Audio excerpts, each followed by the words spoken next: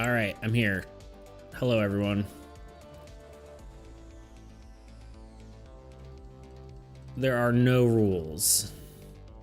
Never again.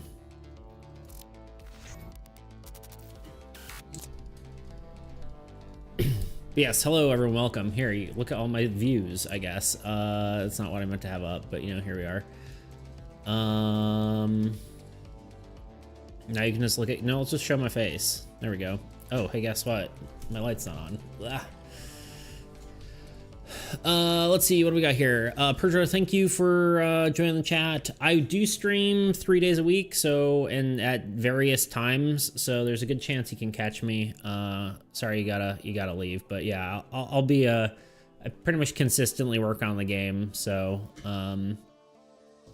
sorry you lost motivation on yours. It's definitely a taxing thing to do, right? Like, game development is not easy. So, but yeah, I'm active pretty often, 3 times a week, Monday, Wednesday, Friday. And then, I mean, depending on your time zone, for me, I stream early on Monday, middle of the day on Wednesday, and late on Friday. Although Friday's probably gonna be an early one. I think me and Bradley are gonna playtest the game, so well, midday probably one. Also got distracted with other ideas like a Roblox game. I feel that at one point I was trying to make a game inside Minecraft, and that was taking a lot of time. I'm like, what am I doing? What am I doing here? Yes, no test. Someone broke tradition. Test just has to be said at some point, right? I don't know how that works. Let's see. Devil said no more rules.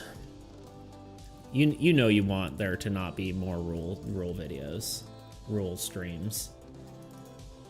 I know you're excited to get to card creation. I think that's what I want to do today. I just, you know, if it was you know, low participation, I wasn't gonna do it. I was just gonna be like, all right, if there's no one shows up today, then I'll just work on the work on the rules. But seems like we got a lot of people here, so because I'm autistic, and shift from one thing to the next, but I'm gonna try to finish both. I totally get you there. And make a parent comfy for both. That makes perfect sense to me. Gotta go by. See you, dude. I appreciate you stopping by. Yeah, hopefully see you around.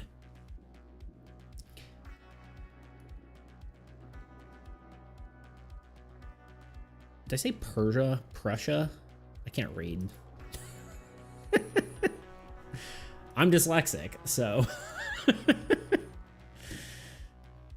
I don't know what I said. Here we are. We know I can't talk. We know I can't talk here. Anyway, how's everyone doing today? I should probably just like start welcoming people when I see them, because I know that's what people do, and you know. So yeah, welcome everyone. Welcome Dalmas. Welcome Normal Guy. Sup Bradley? How y'all doing? Okay, so the first thing, let's jump to this. First thing to do is I need to actually create a beta version here, which really should just be make a copy. Actually, I might need to hide my screen in a second, but yeah, I am gonna be ready for your craziest card ideas. Beta branch, yippee! So this is gonna be I'm trying to think how I do this. I think honestly, this might just be like beta testing, beta. And then, well, no, we'll just do 1.1.5.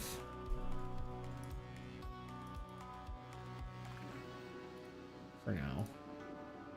Might name this differently, but for now it's just naming. Yeah, try not to lose access to your game, LMAO. Yeah, for sure. I don't even think I'd lose access to it. It's just more someone else could gain access to it and just have all my information, like in everything I have here. They could just copy it. Would be the real problem. But I mean, the game's ever changing, so it would end up being different. But I'd rather not, you know, lose it or like have someone just steal everything. I'm trying to think of the best way to do this. I'm wondering if I even should be doing it in... Like, I'm trying to think how I want to organize this, right? Because right now I have, you know, it separated into the types of cards, but... if I'm trying to keep new cards sort of isolated, I'm wondering if I just create another document that just has those, or if it's fine if I just... Honestly, I guess I could just add them down here and then reorganize them later. I think it's maybe the best way to do that. I think that's probably how I'll do it. Otherwise, I could just write it down into a like a Word document. That might be just easier for everyone to see anyway. Yeah, let's do that.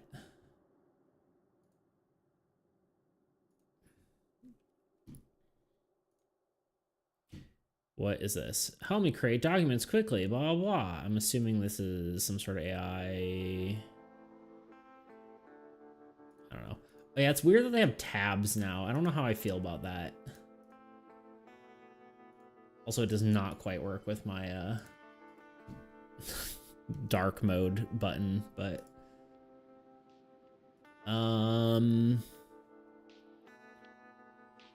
because that is a extension. We can also search menus. Okay, this is interesting. All right, beta cards. Okay. I'm trying to think how we should approach this. We could just start throwing out random ideas for cards. I definitely want y'all's input. I do have a document that has like just scribbles for cards. I think it doesn't really matter too much how much there has to be a more structured way to go about this. That's kind of what I'm thinking. I mean,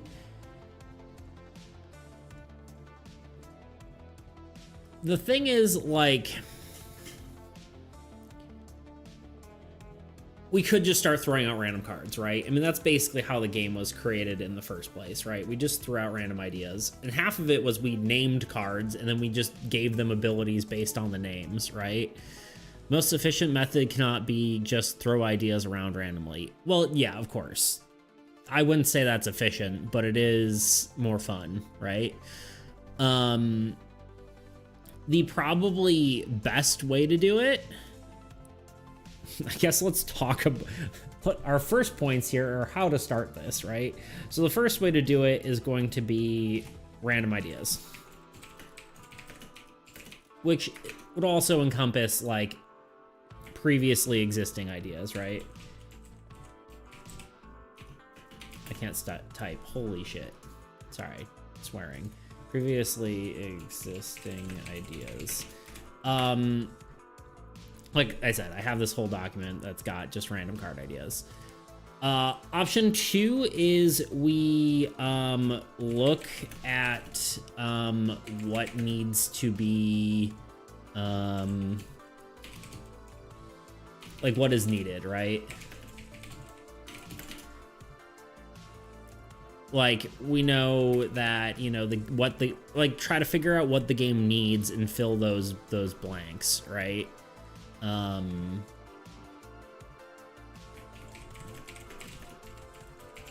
right? That's not necessarily a structured way to do it. I mean, it's at least more of a structure, right? It's not, I wouldn't say it's like the perfect way to go about it.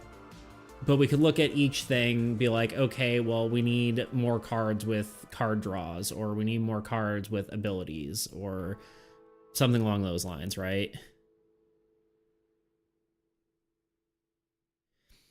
The second option looks good, but it's finding what the game needs is the hard part there. Yeah.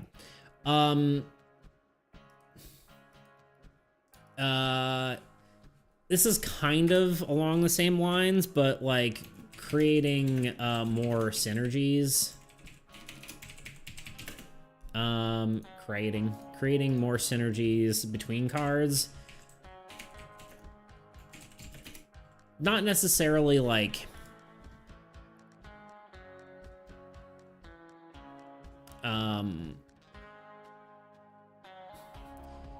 I guess the idea here would be like, we have, like when we did the like mini deck building experiment, travesty, whatever you want to call it,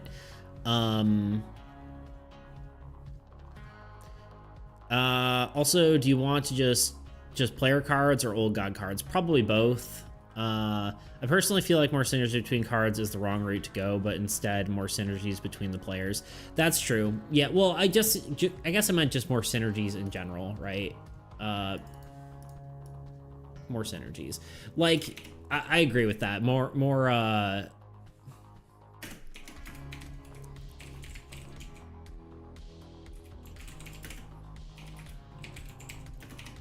I mean, maybe both. I don't know. Players.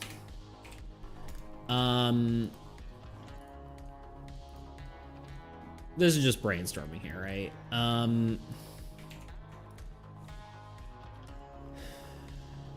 Card synergies make it so you draw more impactful than... Card synergies make the cards you draw more impactful than it needs to be. Instead, the player should have interactions between each other and more often. I agree with that. I think that is probably that's a very good point. I guess the only reason I'm thinking about synergies is if we get to deck building, right? Because that, I guess, is the part of the idea of creating new cards, is that we do want to get to the point where we can test deck building. And maybe we get to the point where we're doing deck building, we're like, this is a terrible idea. The randomness is like part of the game, and we shouldn't do, you know, deck building per se. But it's something I want to definitely try and do at the very least. But like we have things like, you know, when we did our little example, we had stuff like, you know, we decided to go with God of War, and then we won, you know, Barbarians with that, and the Fortress with that, right? To try to get synergies between those cards, right? So that's something that's worth exploring for like other gods, right? Stuff that works well together. Or like you said, works well with other players that maybe, or somehow a combination between the two. Sorry, I changed my OBS here, and it's not ideal for... Oh, actually, that's really nice. Look at that. Honestly, I hardly need to keep these open anymore. Anyway.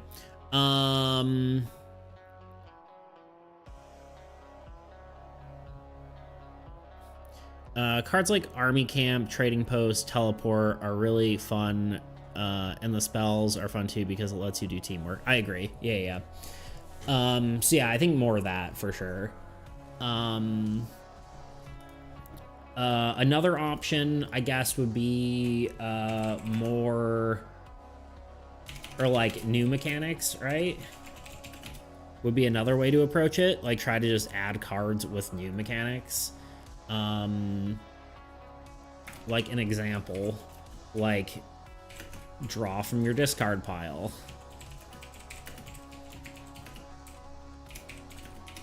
Like that kind of thing, where you could build new sort of play styles around that, right? New mechanics? Oh, I have mechanic ideas. All right. Right, I mean, like, stuff like that could be a way to approach it. I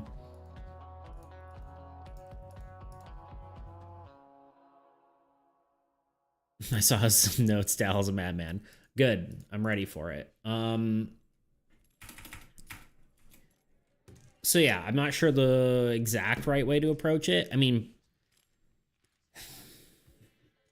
honestly, I think you're right on one thing that not just on one thing. That sounds weirder than I meant to come across. Well, let's write our goals, right? What I was gonna say is that I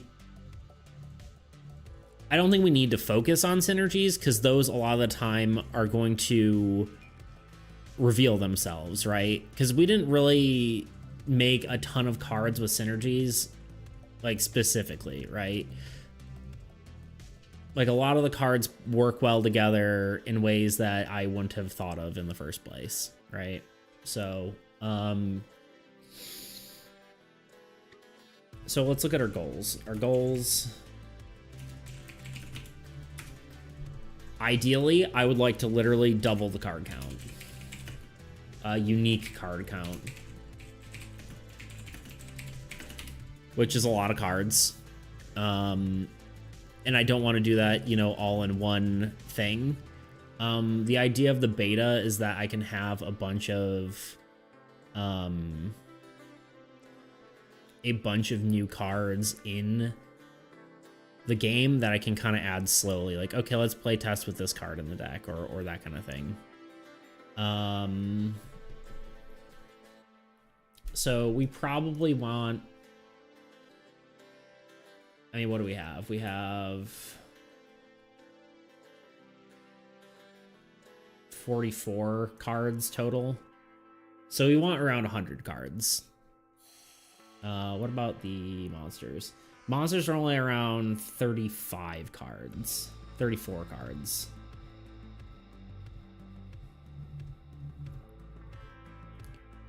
So we don't end up with 30% more lands and 20% less heroes, which could mess up the balance as long as it could make, or it could take a long time to figure that out. Yeah. Oh wait, sorry. You shouldn't count the number of structures and lands. And yeah. Yeah, you want to keep the balance. Although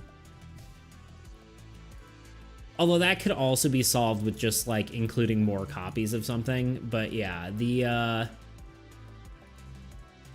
I think the only like card count thing I'm unsure of right now is the number of wastelands in a deck. That is the only one I'm still like thinking on tweaking. But yeah, you're totally right. I mean, that's the exact same problem that like Risk of Rain is facing right now, is that they added a bunch of, oops, did not mean to pull that up. Leak in my DMs. Look at that. Anyway. I was saying, oh yeah, Risk of Rain has the same issue where they just added a bunch of items and they all suck, and they not all of them, but most of them are bad, and they kind of dilute the item pool, right? They don't give you enough, like, you know, movement speed or attack damage or that kind of thing, crit chance. It's harder to find in the game because they added a bunch of items that don't actually help anything. So this is sort of the exact same concept.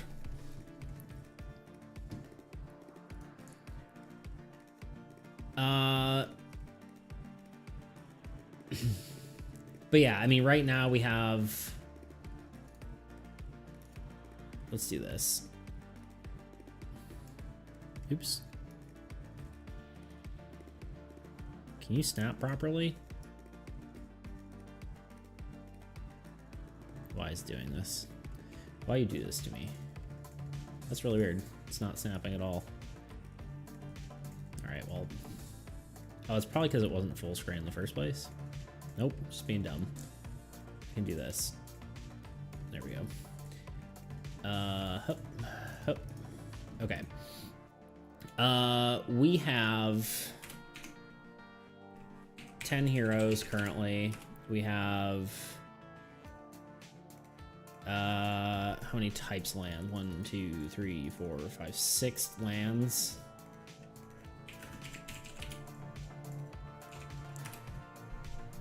I'm also not entirely certain on the structure spell balance. I think there probably should be less spells than structures, but unsure about that. 10 structures.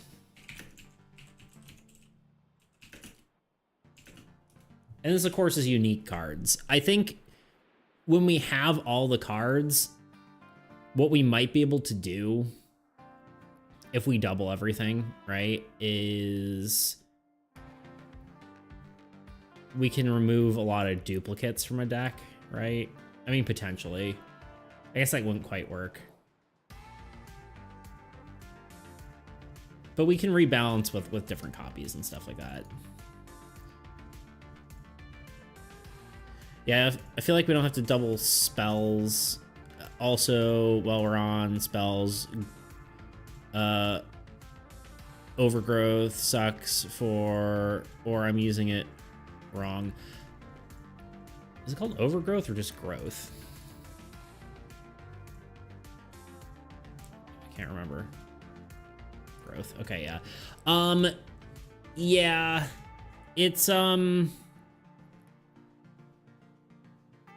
Growth. Yeah, it's fine.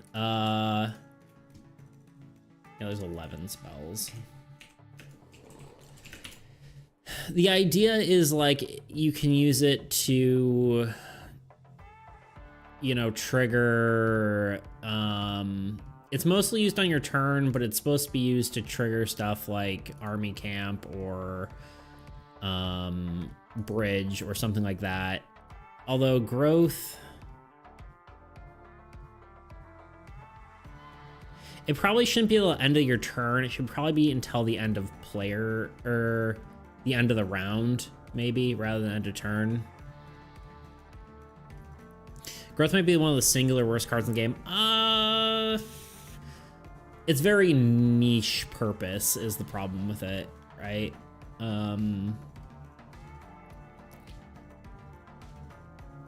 But yeah, it's definitely gotten a lot weaker over time. Just due to because it used to trigger all secondary effects, but now it only triggers unit effects because, you know, everything's been changed. Even if it's at the end of the round, I rarely need to turn on one unit effect that I can't turn on right now. Yeah, that's fair. It's definitely fair. I think it can stay probably as is, although I think it might almost just be better if it just activated triggered effects. It'd be more thematic, honestly, because growth doesn't exactly make sense for unit effects, but I'll put a note in there. I've been thinking about reworking it, but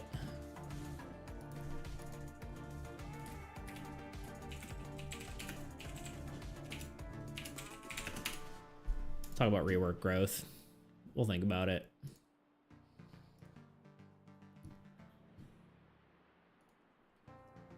Because I don't mind a niche spell, right? Especially if we're getting into deck building, right? Because if we get there, something like this could be more useful if you're working with, like, this could be actually pretty good with God of Abundance, right? But yeah, typically, yeah, you don't have enough unit effects that it really matters. And part of it is, I think, you know, there's only 1, 2, 3, 4, 5, 6, 7 unit effects out of 37 cards. So it's a very small percentage, right? Yeah, growth could be good to have in a deck, but I'm like, Unifix aren't even too expensive. Right, true. But yeah, we'll have to think about that. Old God cards. But yeah, I agree with you. It's not particularly great.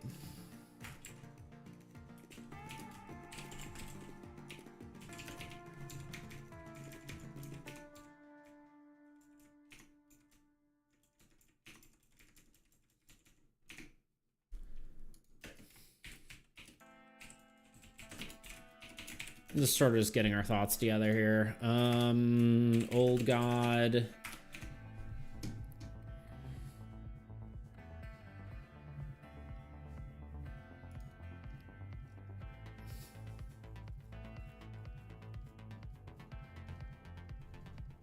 This is the wrong thing. We got 9 monster types.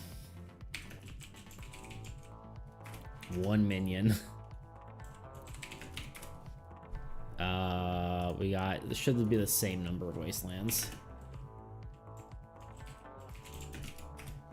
8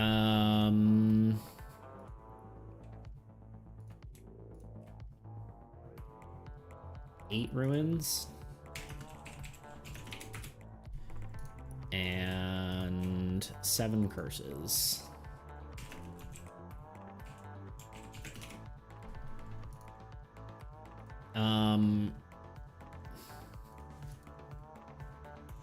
So that's the goal there. I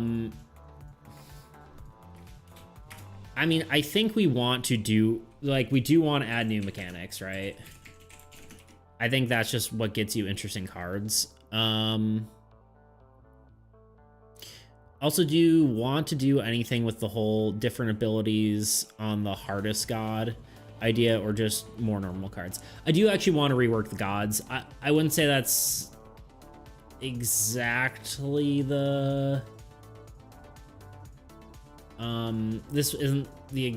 Well, I guess it's basically the same thing, right? That's more like a rework on an existing thing than creating new cards, but I do want to do that. I think the old gods do need a rework. But that's probably going to be in like beta less time, right? Like all these cards would probably just like hang out in beta for a bit, whereas reworking the old gods I think is more of a necessary thing, right? But we can throw out those ideas here. They just might be more implemented into like the next patch, rather than, like I said, a lot of the other cards I think will just, you know, implement very slowly. But I'd love to hear those ideas. I just wouldn't say that's a goal of this exact thing, right? That's more a rework than a new card, if that makes sense. Because I think almost most, like, I think I need more playtesting before I decide what that is, right? But I'm pretty sure all of them should be based around the hardest god. Not even just because I think it is the most like balanced one, I would say. But it's also the most fun because when you start reducing number of main cards, you start losing on the interesting challenges, and more minions isn't necessarily fun, right? It could be if we start adding new mechanics, which I guess that kind of goes into your question about gods with different abilities. So maybe it kind of is part of this, right? Because we add more minions, we could do that sort of ideas that we were talking about where, you know, if you have a certain number of minions, they do X kind of thing. And if there's more interesting minions, then maybe a god that draws, you know, 3 minions per turn might be more interesting. So I don't know. I guess it's kind of somewhere in between is the answer to that, right? So yeah, not entirely sure, but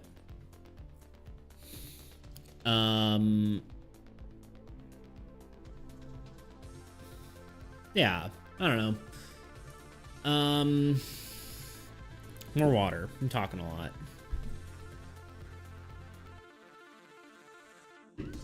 Okay, so we want new mechanics. I mean, I guess really the goal is to kind of try to random ideas isn't the way to go about this, really.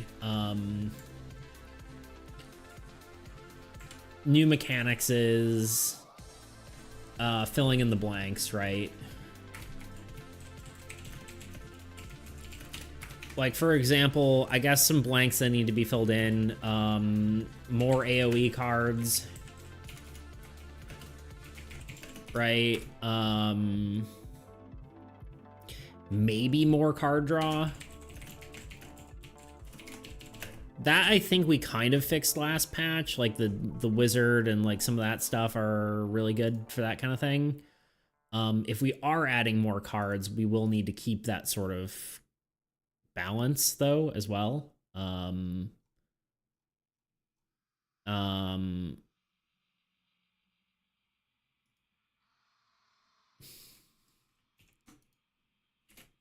We're sort of organizing our thoughts, and then we'll actually get doing stuff. I think you're right. I think we don't need as many synergies between cards. I think you're right, totally right about more synergies between players.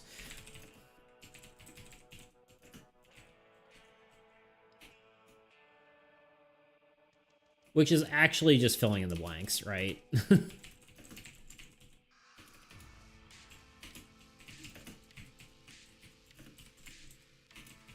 We need more, like... Because right now,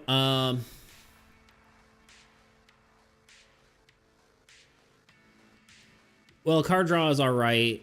Any more should come from the old god, in my opinion. That's fair. Yeah, I mean, a lot of that is kind of how it is functioning. I think if we do add cards, we probably should add, you know, more card draw, just because we're doubling the number of cards, like you were saying, right? If we add too many things, we might dilute the existing card pool. So we might want to add some stuff with card draw, but I wouldn't necessarily say that's like a focus, right? That's not a blank to fill in.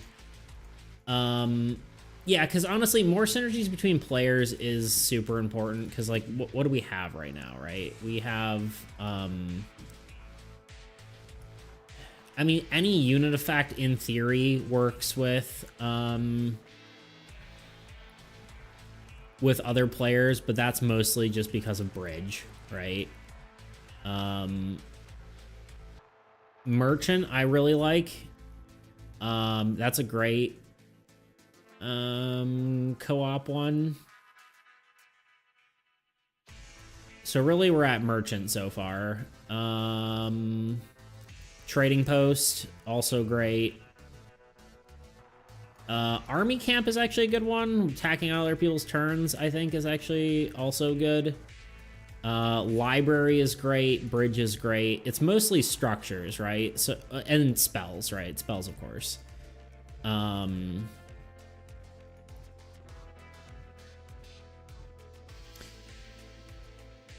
Clarity thing real quick, please. What you want, what you need. So yeah, maybe more heroes and maybe even lands that play off of other players. On Necromancer, when X is played, does that apply to another player side or not? It does not. Wait.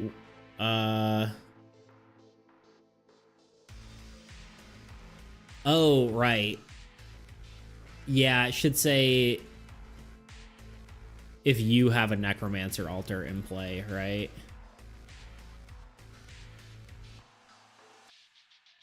Because right now, yeah, that does read as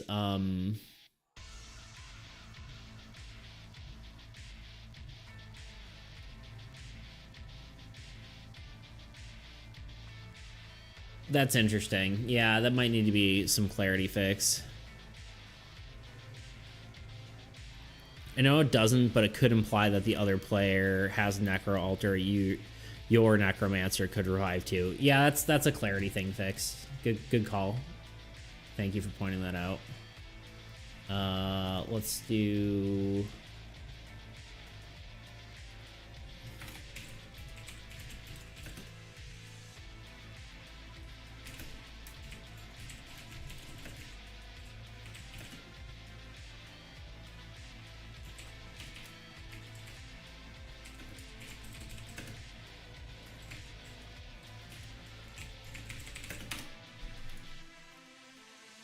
Okay. There we go. Noted.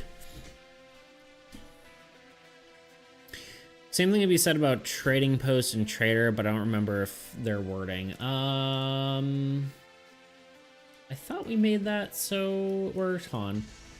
If a Trading Post is in play, you can move units to the from this card. Units to this card from the Trading Post anytime regardless of game phase. Doesn't really matter because Trading Post can move units to any player anyway, so it works out. So yeah, it kind of fixes itself because Trading Post can just move things to other units anyway. So that is kind of how that's supposed to work.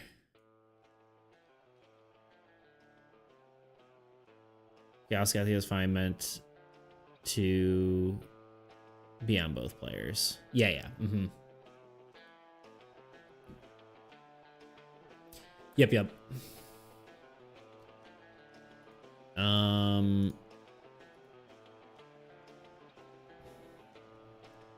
Why this person keeps at everyone on their stream. Okay. Okay. So that's the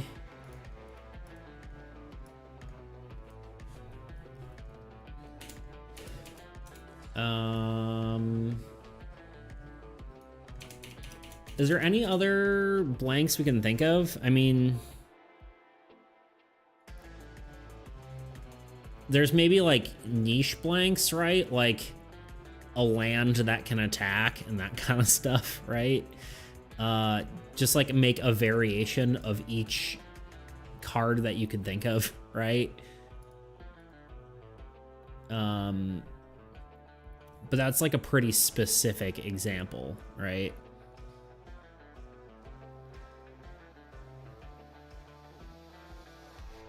Well, any other blanks are so small that they're just new mechanics. Yeah, for sure. I would say, yeah, there aren't any, you know, overwhelming majority of anything, right?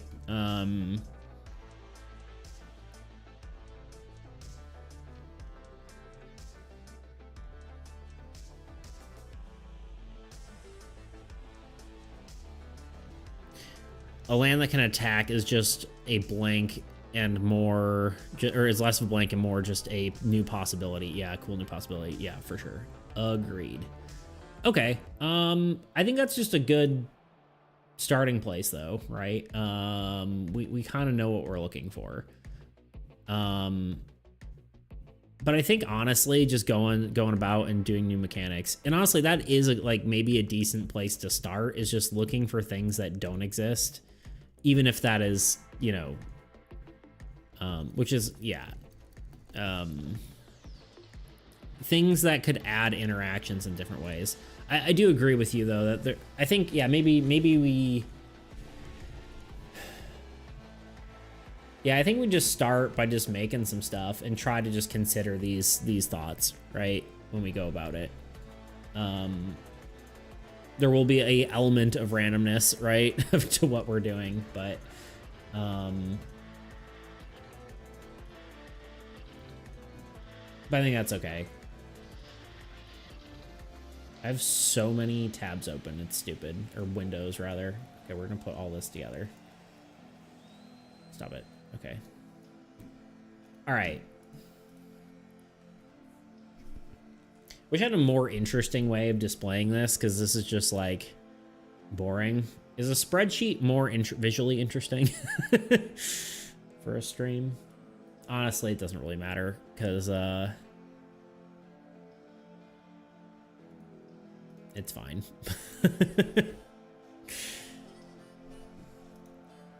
I guess I could do it in the spreadsheet. It's just probably harder for y'all to see everything. I guess I could zoom in. Nah, we're gonna start with in a Word document. It doesn't really matter. Either way, I can't read the text. My internet sucks at 480p. Yeah, that's fair. Honestly, I just prefer to do it in a Word document because I can't spell, and spreadsheets, spell check isn't instantaneous. So, all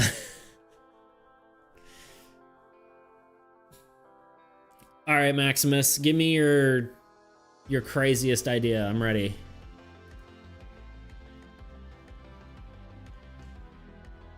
I need your most insane idea right now. Sure, Word doc it is, right? The craziest one? I don't know. I don't know.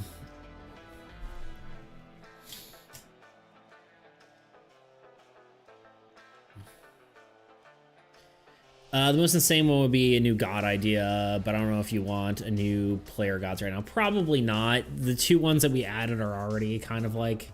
Altruism was great. Abundance is kind of like, I'm unsure of. Yeah, probably not gods yet. I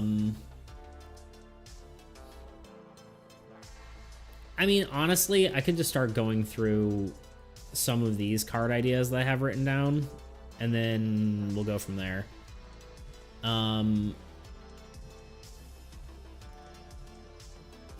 yeah, if you want to throw out any ideas, I'm more than happy to hear them.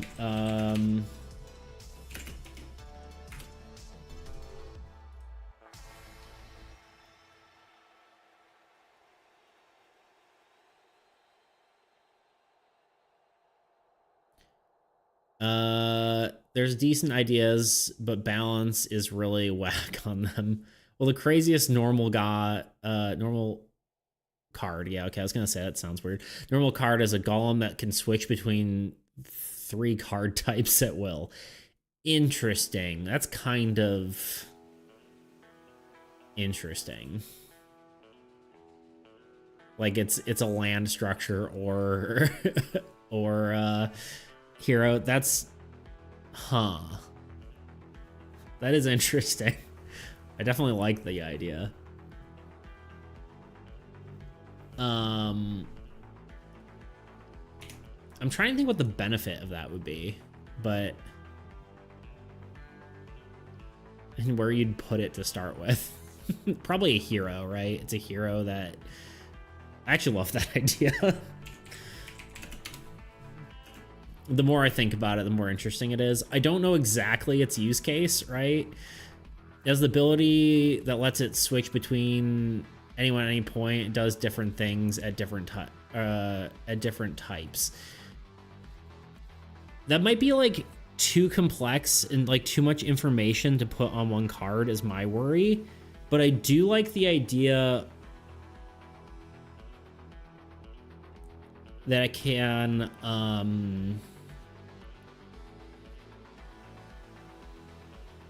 gain, like, well, I guess it could gain different stuff based on what it is. I think actually that might be a blank to fill in, right? Is more stacking mechanics, I guess, or whatever you want to call it. Like forest and village. And you give it a mechanic like that, right?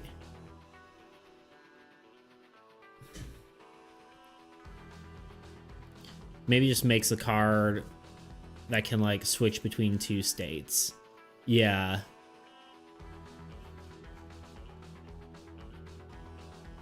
I'm gonna write, let's just do base ideas right now, right? Let's not actually think of like the exact mechanics. Well, maybe it makes sense to just go through them. That definitely does sound complex. Let me see. Like, can change into a hero or a land or structure. I'm trying to think, without giving it different abilities, right? What is the benefit of it being able to change into a land and structure without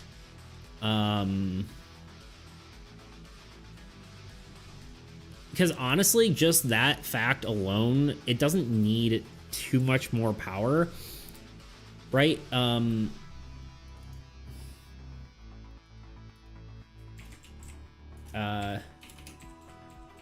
Because the interesting part about this is it could dodge attacks, right?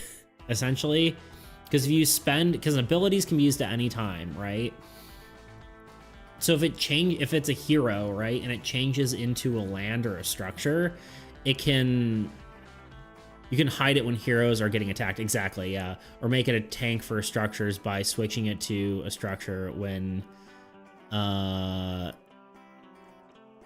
getting rammed or a battering. Oh, right, siege engine, right, or displayed, or make it into a land when Blight Might comes in. You can dodge or tank attacks at will. Exactly. Yeah, so I think just that mechanic alone, even if it's just like you may switch spots into a hero or land or structure, is just cool on its own. I don't even think you need it to have separate abilities when it's in a different spot.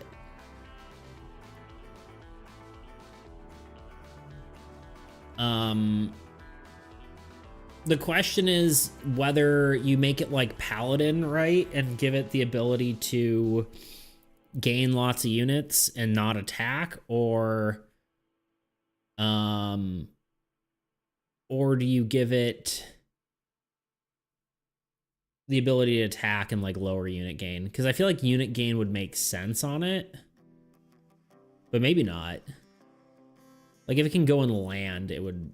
I mean, I guess you could do like something really simple, like, you know, land form, gain 1 unit per turn. Like,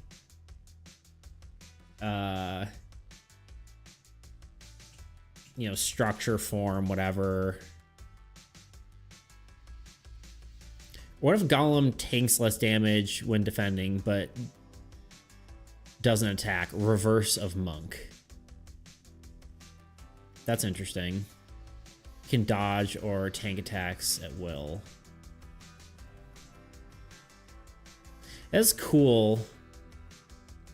I feel like forms don't need different abilities after you made me realize the inherent use of switching forms. Yeah.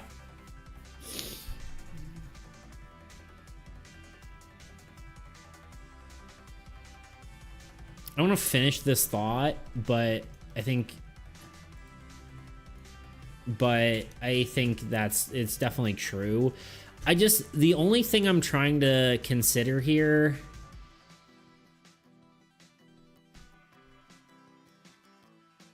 is,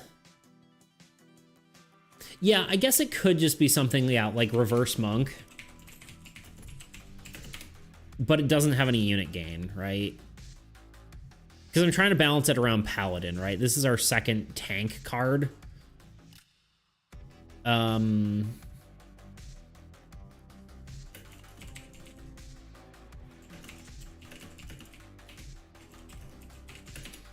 Because Paladin,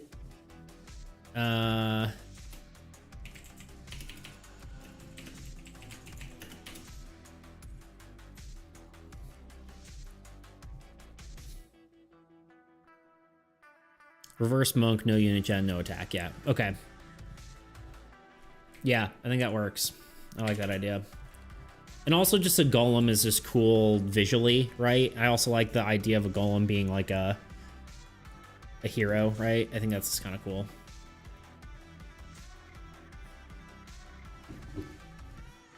Might just call it a stone golem. All right, I think that's like as far as I want to like flesh out an idea, and then we just keep moving on, right? And just make a bunch, and then once we get kind of a few ideas, we can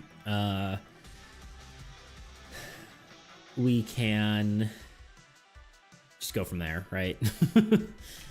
I want to write this one down because I keep thinking of it and literally already. I want to land that can attack. I think I want it to be a giant turtle. Giant, giant. Because I think that's fun. Land that can attack. I think just 1 unit per turn. And that's probably fair.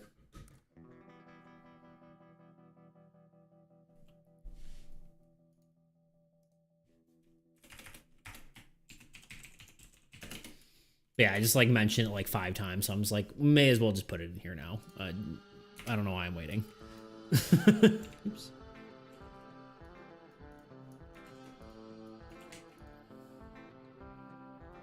All right, what else we got? You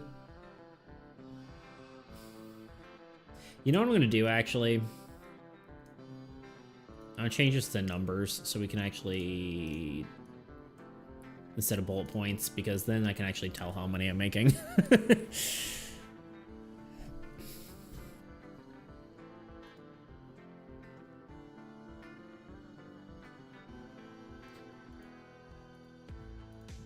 Okay.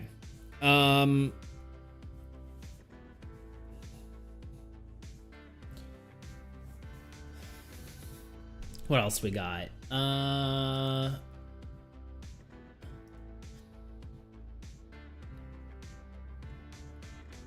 Let's see. Hero that takes extra damage permanently, but can ignore damage with an ability.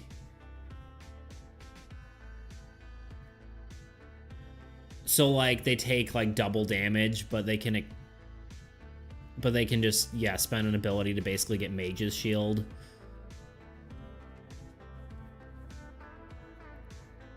Interesting.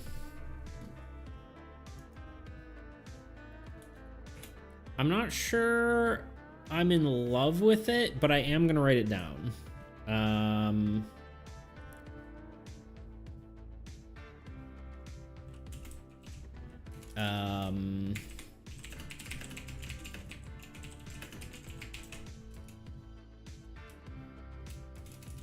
gonna say double damage just for now. Has Mage Shield as an ability.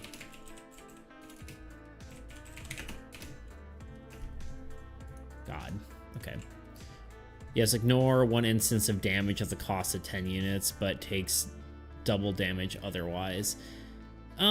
Yeah.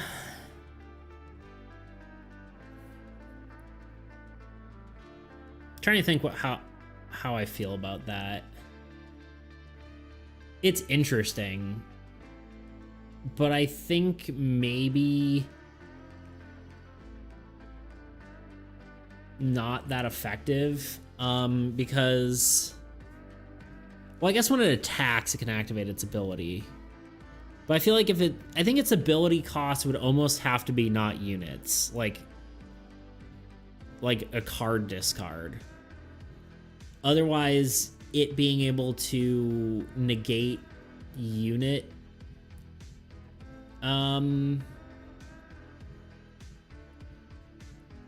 its ability to negate unit damage is nullified by its cost of 10 units, right? I just realized attack won't let it kill anything above units it has on itself. Exactly, yeah. So it'd have to be like card discard.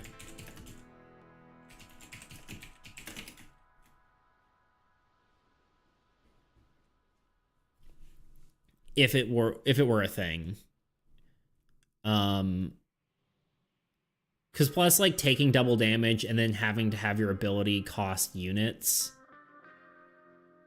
it would be kind of just like too many things that are removing units off of you that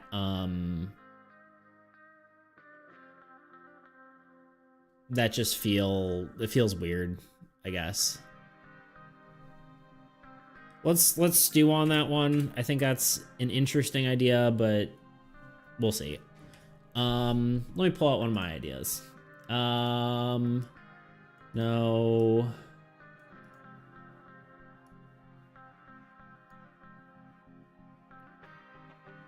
Or what if its attacks had double units? Like an ability that attack, like it, oh, like, so it,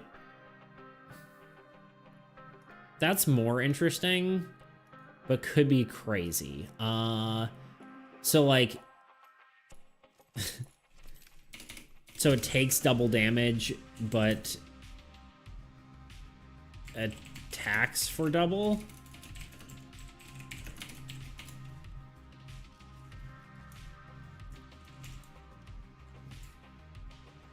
That's a weird high risk, high reward kind of card. Like a glass cannon card, right?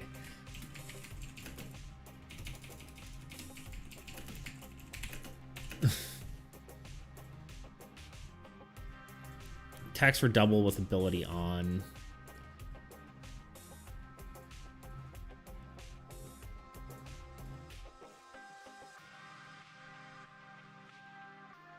That's interesting. I have no idea how that would play. Yeah, with an ability. I mean, what do you think for ability cost, though?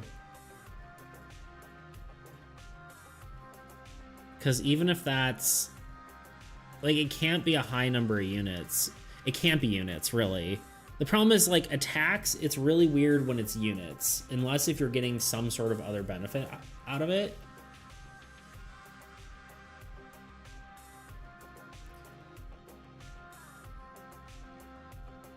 I guess it doesn't matter much. You wouldn't attack without the ability on.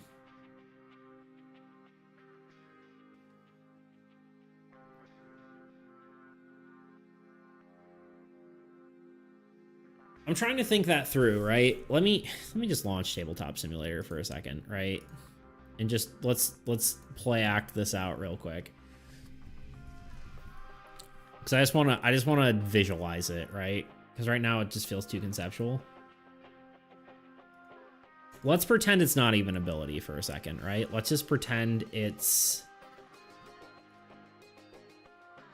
let's pretend it's... I forgot the background on the betas this way. Doesn't matter. Literally doesn't matter their card. Okay.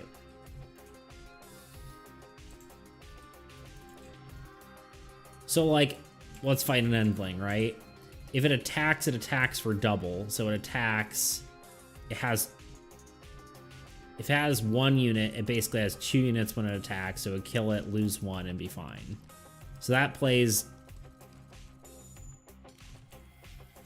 I'm mathing in my head and isn't mathing great, so maybe too complex. Yeah, let's just play it out for half a second here. Let's talk about, like, I don't know, this boy. So if it has 3, it could attack for 6, or 4 could... yeah, this starts getting confusing, right? It can attack for 4, so it hits, but then loses 3, so it's at 1. That does get a little confusing.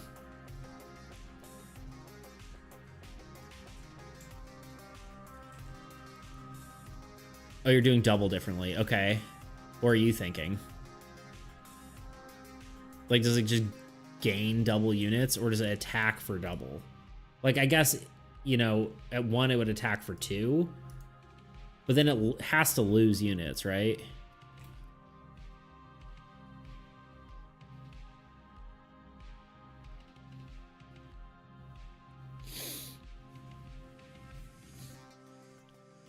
All right, well, you explain it. I'm gonna go to the bathroom. Be right back.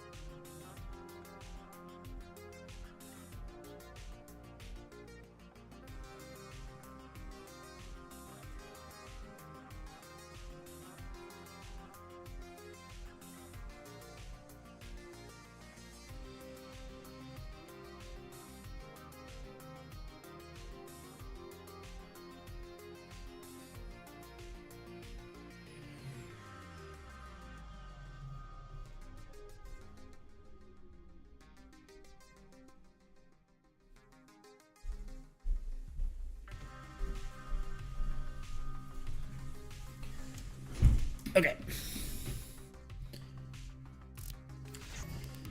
I was thinking it has 3 units on it. So it can kill something with power level 6, but it would go to -3 afterward. So if it has 3 units and attacks power level 2 card, it lives with 1 unit. The way you were doing it could be better or worse, but I feel like either way is going to be a nightmare balancing the card. It's either going to be terrible or just too powerful. Yeah, because right now it kind of seems like it would attack and then it would... either it attacks and it dies, or it is just a pain to keep track of. So yeah, maybe not that. It did just give me an idea though. A spell that's a hero, which I thought would be interesting. It made me think of like, what if there's like a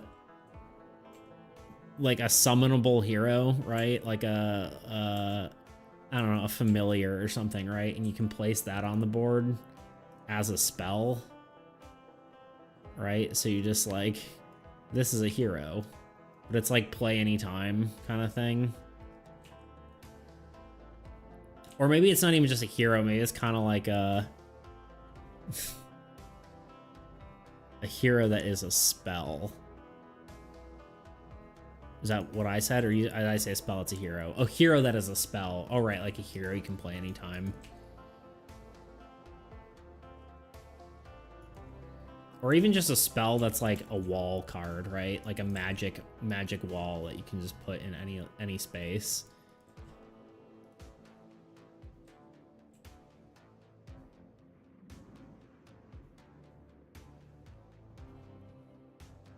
You can play as a hero or spell, but if you play it, it is a hero. As a hero, it can destroy itself and cast a spell at any time. Interesting. You can play it as a hero or a spell. And if you play it as a hero, it can destroy itself and cast a spell at any time. Interesting. Kind of like the idea of both of these, honestly.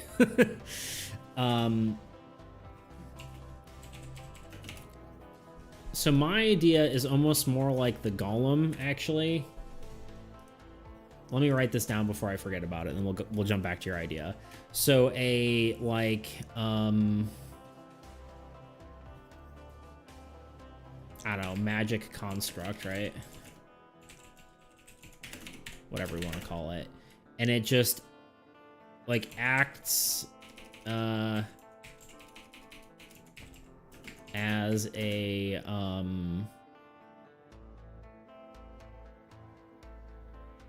I don't know exactly yet, but like a hero structure or land. It's kind of like the golem, but like a spell.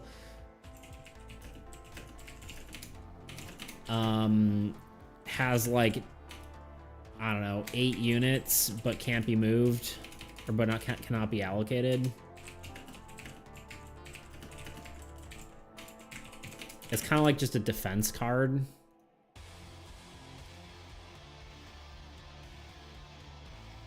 Is my thought. I get your idea too, that's cool as well.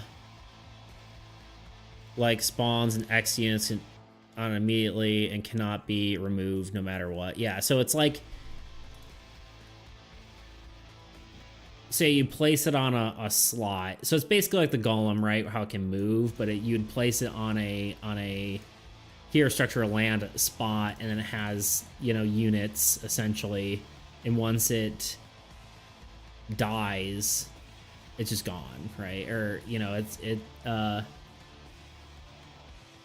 it behaves like that thing and tank those attacks.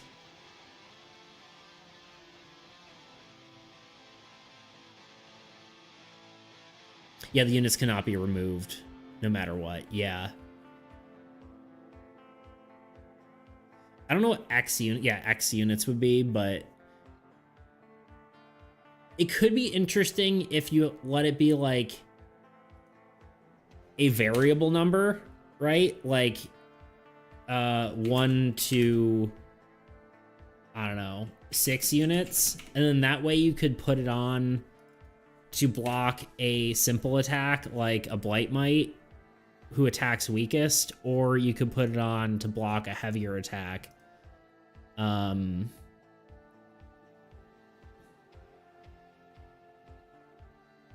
feel like you should be able to put units onto the barrier too. Yeah, I guess that would be fine. I guess I don't see. So I guess units cannot be removed.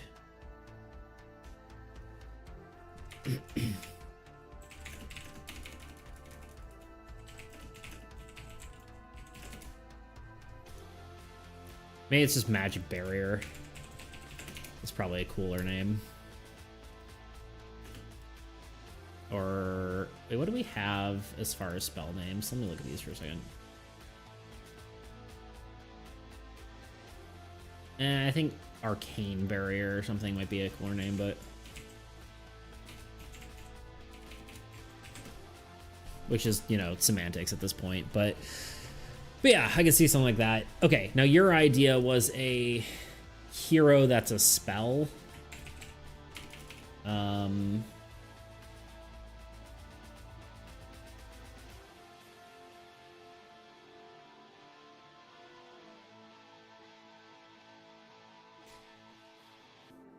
I'm trying to think what that would be, right? I think you said, let's see, what did you say?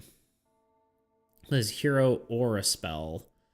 I'm a little trepidatious about having, like, I like the golem, how it can move, but it has to be like 1 to start, right? I'm trepidatious to have them be multiple of one type, right? Because if it's a hero that's a spell, it could basically just be a hero that can be played anytime. And then have an ability that, like, casts a spell, right? Yeah, or, okay, just make them a hero then. Yeah. I do like the idea of destroy itself, right? That's kind of cool.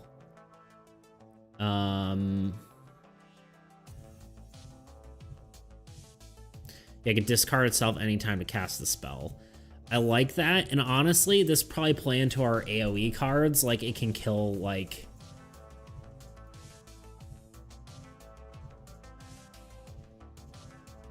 maybe it kills,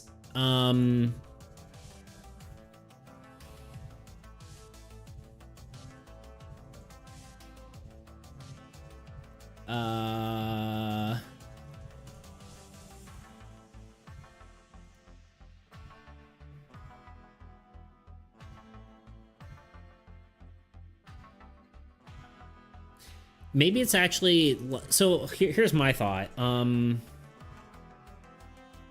just gonna call this a,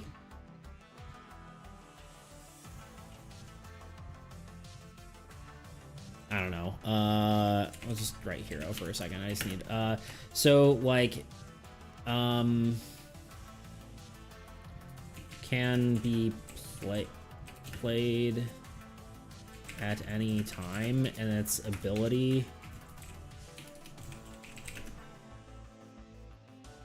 gotta have the idea of all times.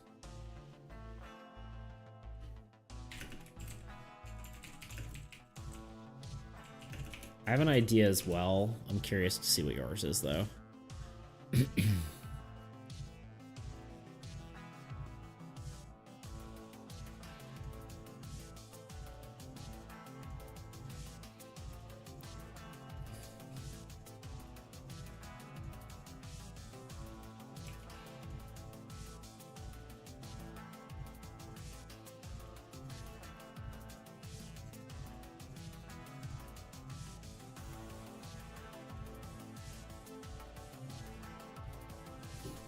Because my thought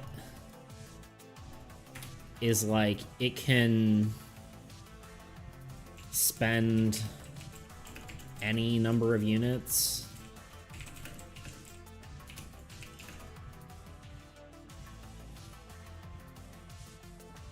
What if the spell is triggered the hero counterattacks up to a maximum of 3 times and destroys itself?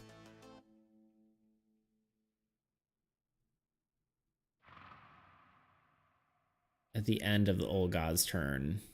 You can pick up to 3 times it counterattacks, but still takes damage. Interesting.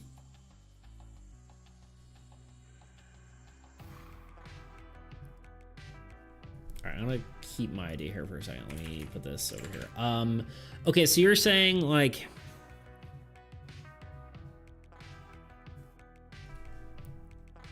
it has...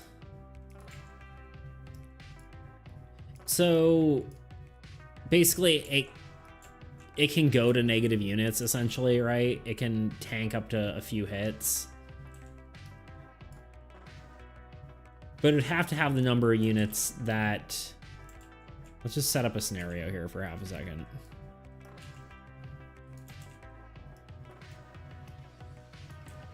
Well, you know what? I'm just going to use the magic missile just because it can't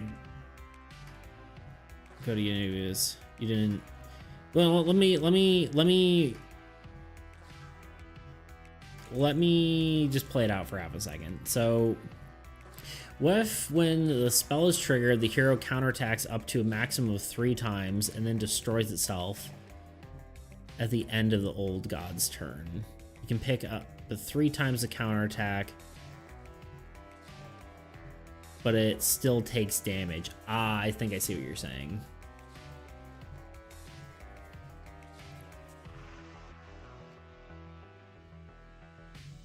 I'm just thinking that through.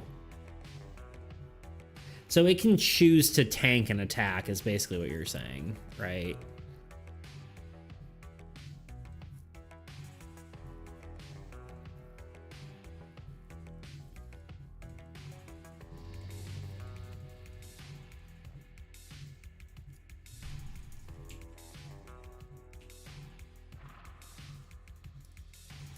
So I assume, like, it can get it.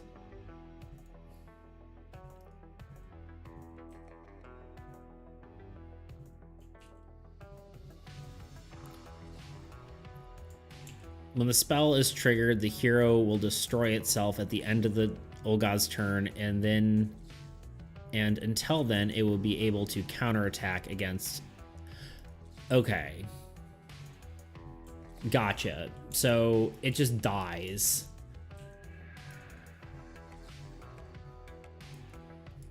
And then if, say, this guy's getting attacked, it can just kill the thing instead.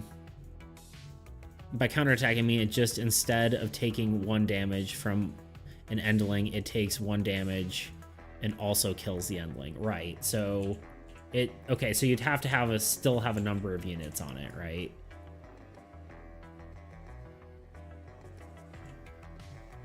That's interesting. So yeah, it would, let's say this scenario, right? I'm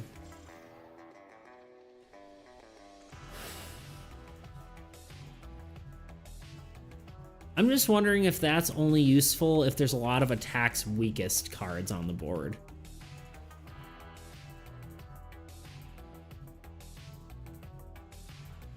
It never said anything about it instantly dying, taking damage from other cards.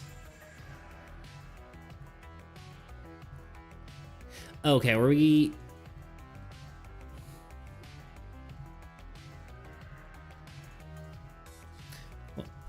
Okay, let me play out the scenario in front of you. Let's see. The counterattack, I mean, when instead... 1 damage from the endling, it takes 1 damage from kills.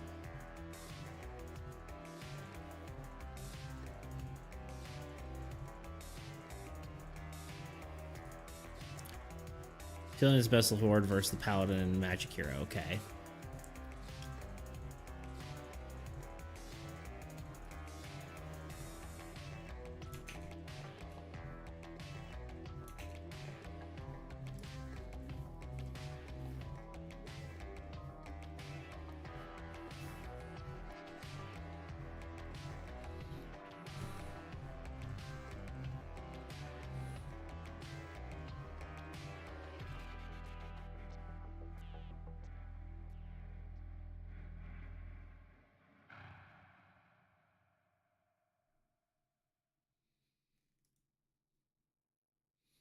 So the old god turn starting, and it just activated. Okay, so we just activated this ability. Let's turn him sideways.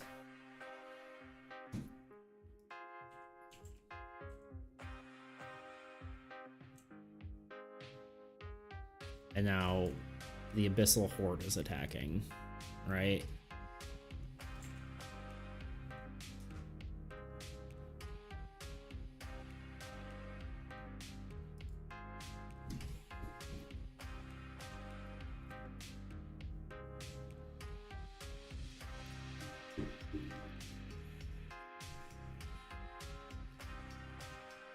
Magic Hero gets into the I'm gonna die at the end of the turn, the OG turn state, but doesn't die yet.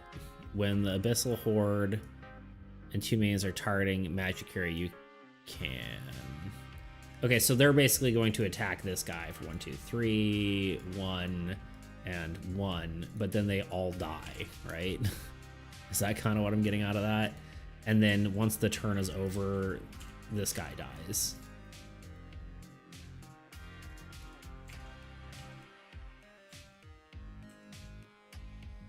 So taking 5 damage, you take 3 damage from the Abyssal Horde, kill it, and when it attacks, take 1 damage. Yes, okay. That's pretty cool, actually, yeah. I was like, for some reason my brain was thinking that this guy dies and then his ability somehow takes an effect and then like they'd be attacking this guy. But your idea makes much more sense because most things are gonna try to attack strongest.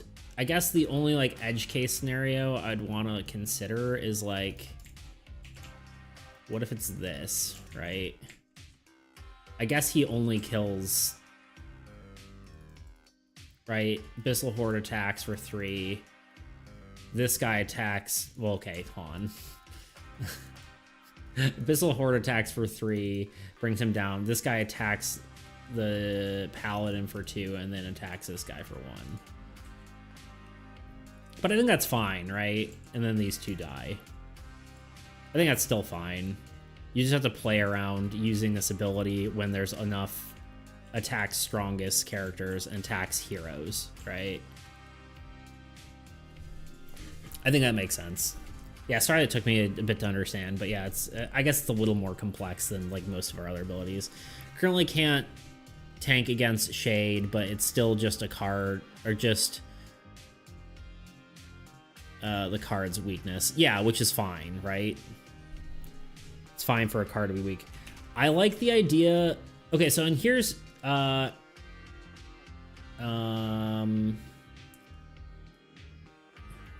ability cost dies at end of turn.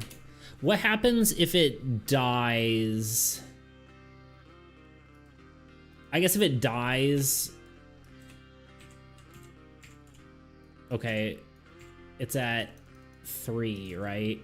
It activates the ability, this attacks, and then he dies. I guess that means it doesn't counterattack anyone else, right?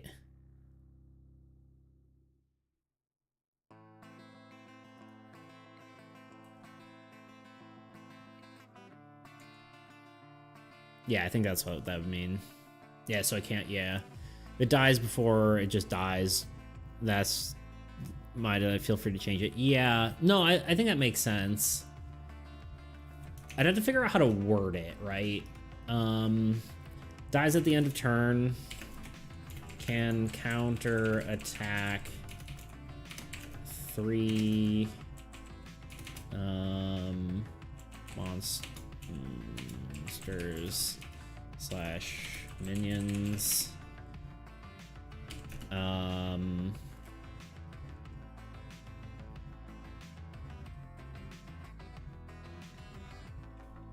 I guess up to.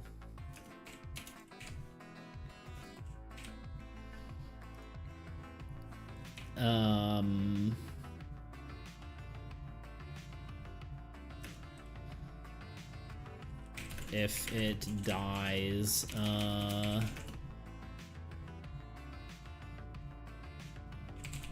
well, I guess if it dies, it just dies, right? It might need to be clarified if it dies.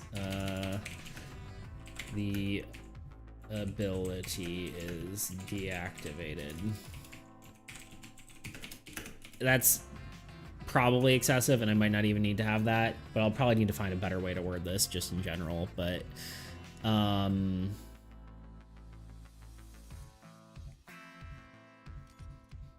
that's kind of cool though, because you'd want the exact like number of units on the card. Like you'd want to play around that. It's gonna be a wording clarity nightmare for sure. So here was my idea, and I think yours makes more sense for the can be played at any time sort of effect. But mine was you could spend any number of units. It's actually kind of similar now that I'm sort of thinking about it.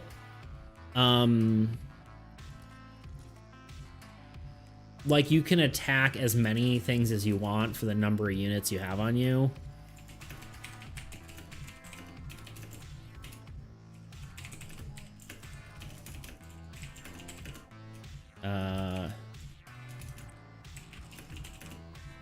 Can attack with any number of units. Sorry, not any number. Can attack any number of, I'll say monsters, and so it negates minions, maybe. And I don't think this is necessarily good for this, but you also activate at any time, so you can adapt to what the old god is drawing to. Yeah, I think. What about this scenario, right? What about this scenario?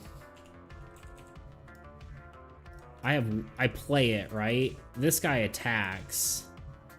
It dies. Does the Abyssal Horde still die? I would assume yes.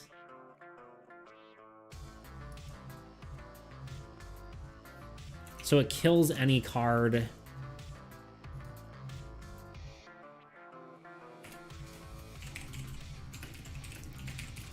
Kills any card that attacks it while still alive. Is probably maybe the best way to phrase that.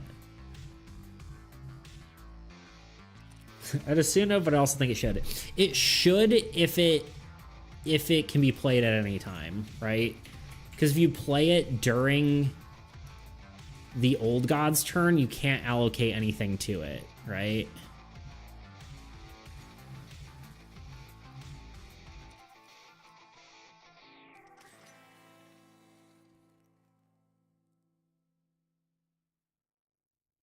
I mean, killing a random monster isn't past balance for spells. Exactly. So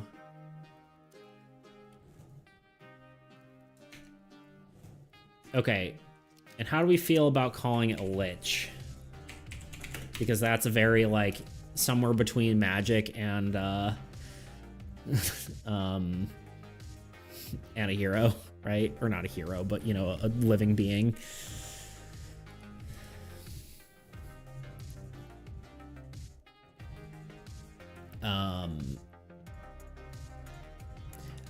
But yeah, my ability idea was attack any number of monsters. But this is probably way too powerful.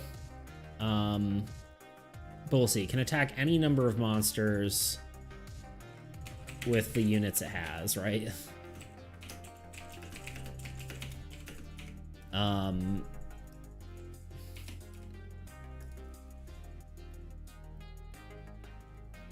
So basically it's infinite attacks as long as you have the units for it. It was what my thought was. Yours is more balanced, and I like yours better. Yep, Lich it is. Cool. Yeah. Did I spell it right? Is it Lich or Lich? L-I-C-H. Okay, I put a T for some reason.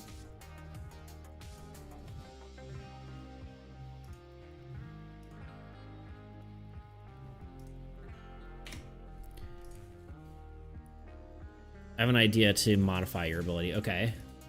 I mean, the cost could be like death, right? Or alternatively, I don't know.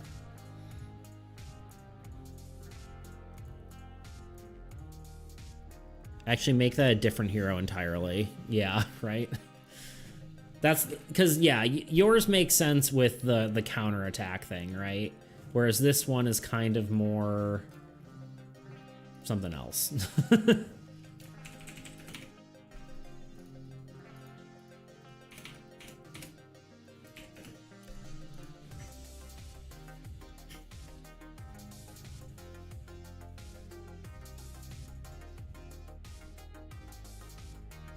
What about a hero that can use as an ability? That can use an ability to attack any number of cards, but it takes double damage for any attack made with that ability. That's interesting.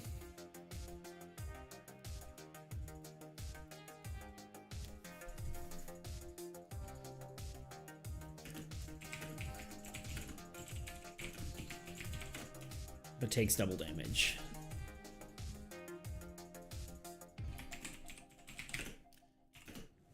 These are all pretty strong cards already, but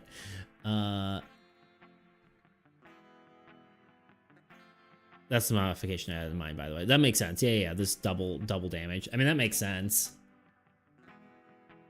Which I'm gonna, this kind of is like a combination between our first one and the other one, our glass cannon sort of guy. I think I like that idea.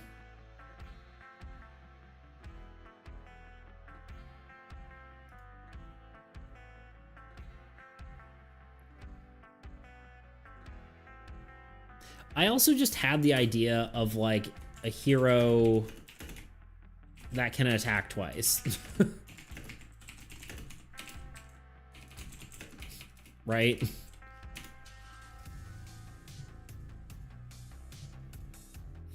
Yeah, glass cannon's more of a spaghetti monster. Remove it, yeah. I think just a hero that can attack twice is just a decent hero. It still uses the units, right? It just has an extra action economy. And it's simple. Not necessarily, like, those could be two separate heroes still, but I do like the idea of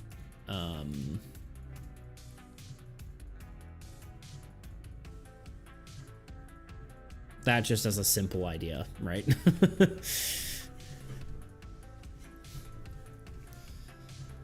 Because it's not particularly unbalanced if it has no other ability going for it, right? And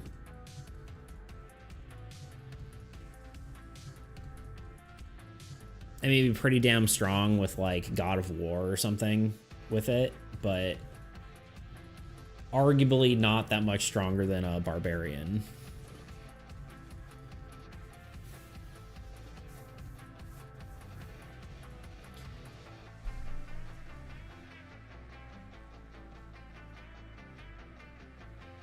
But I think I like those ideas. I mean, yeah, so the one that can attack any number of monsters but takes double damage, and then just a hero, sort of very simple guy, just can attack twice. I think those are both decent options. Well, it's balanced until you have War and Fortress. Yeah, but War and Fortress are already like makes 8 units per turn. Yeah.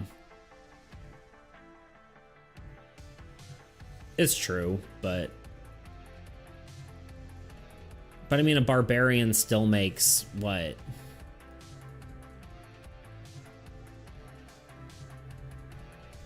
Two plus 2 plus 5, 3, yeah, 7 units, right? It still makes 7 units per turn, so it's like not all that different, right?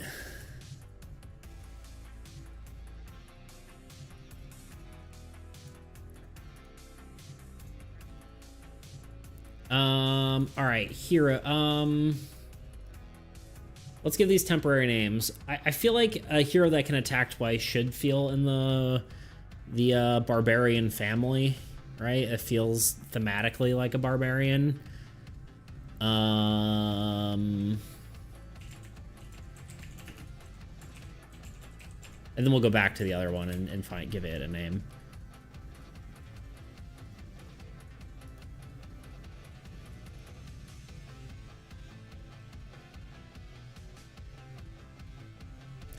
I'm kind of thinking maybe like Gladiator, but it would be kind of a cool one. Not necessarily completely barbarian-like, but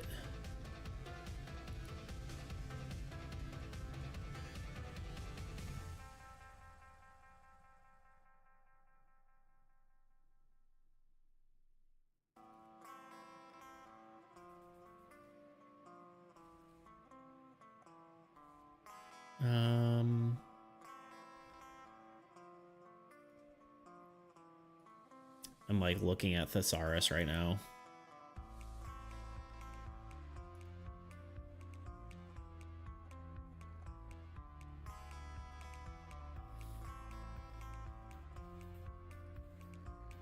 The Visigoth? Visigoth? I'm looking that up.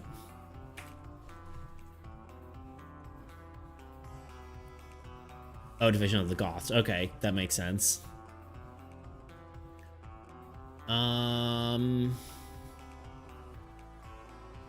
My own... I mean, I guess barbarians are technically... Wait.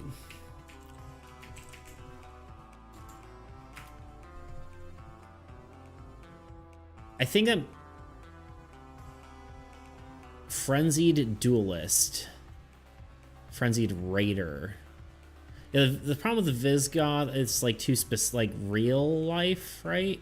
Whereas barbarians is kind of a term that people use now. I do like Frenzied. Raider I like better.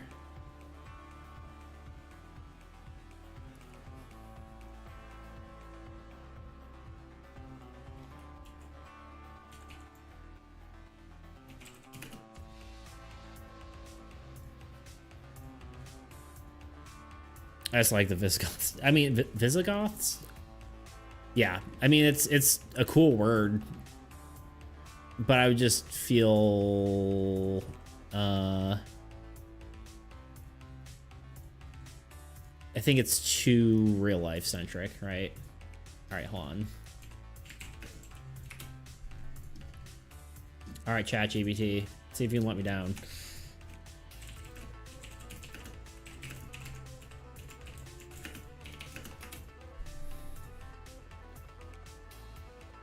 Berserker. We already used... It's a Wasteborn Barbarian Berserker. Savage. Marauder? I like Marauder. Frenzied Marauder? Is that cool?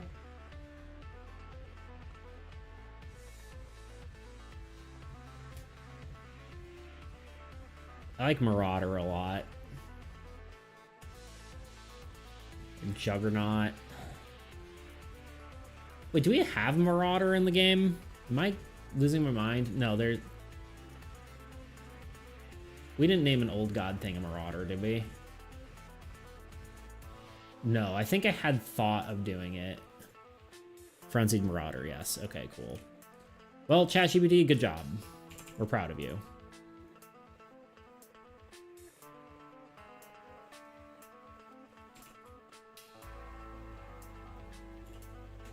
Okay, how do we feel about this one with the ability that can attack as many things as it wants?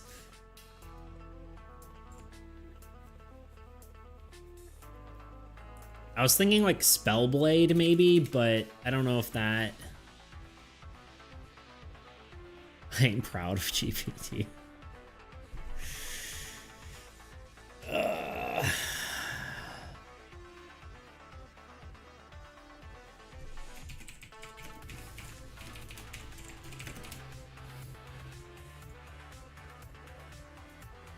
Like Spellblade kind of feels like maybe it's sort of, you know...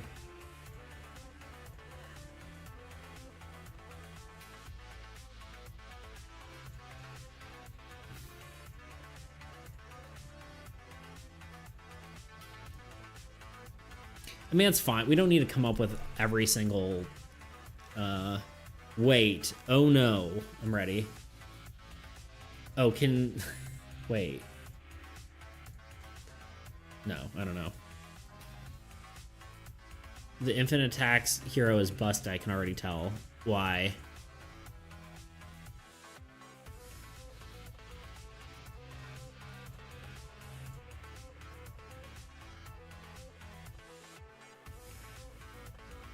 That is why I can kill infinite minions with war. I did make it say monsters and not minions.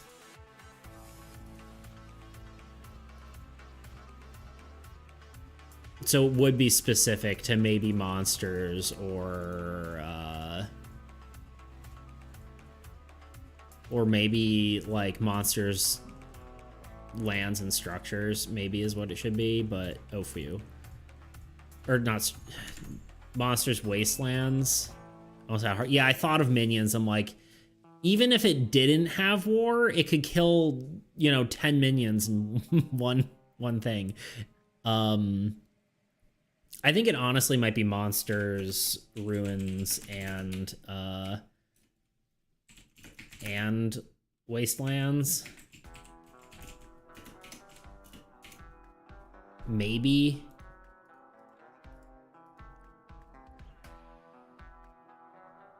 Okay, it's just strong. It's just strong against the weaker monsters, but it's fine either way. Yeah. And honestly, though, that might end up being just not worth it, right?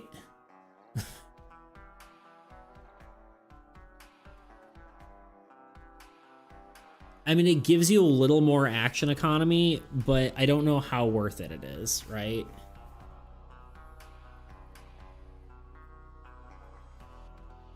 I'll have to think about that. But I think it's good for now. We'll just keep it there.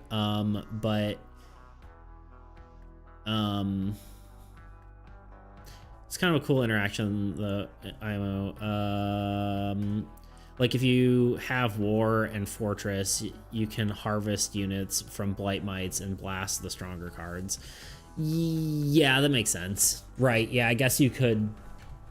Yeah, that's interesting. But you still take double damage, right? So, I mean, you take 2 damage, you gain 2. You'd only be gaining 2 from war and fortress at the same time. And there's not that many blight mites on the board, probably. I'll leave it for now.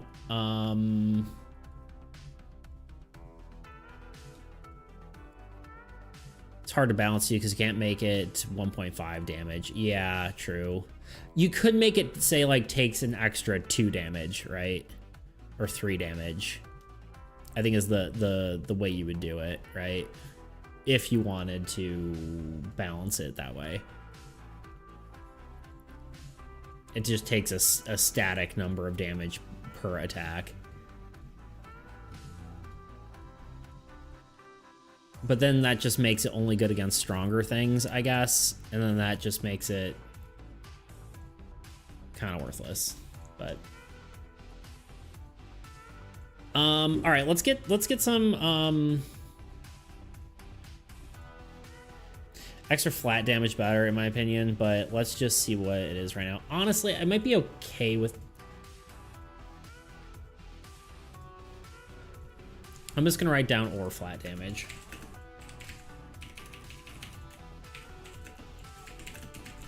Because a lot of this is just, you know, theory crafting here. Do we like Spellblade for the name? Is that fine? I think it's probably fine.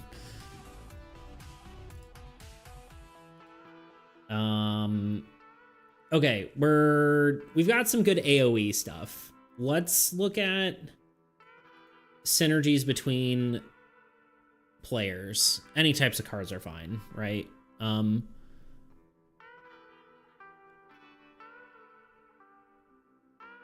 Actually, it's kind of cool about Arcane Barriers. You could play it on any hero structure land. Yeah, sure. Yeah, I mean, it's fine. It's not perfect, but okay. Yeah, let's focus on synergies between players.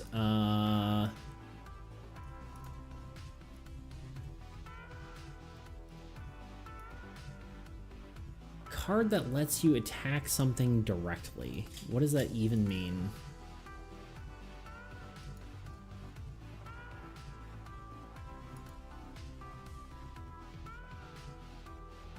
I don't know. I don't know what that means. Card lets you destroy your own cards. That is kind of cool, but that's mostly only good for, I guess this is the more thing. Card lets you remove units past 1. That's a cool structure idea, but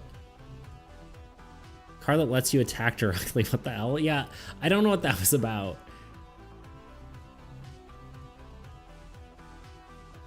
I don't know what that note means.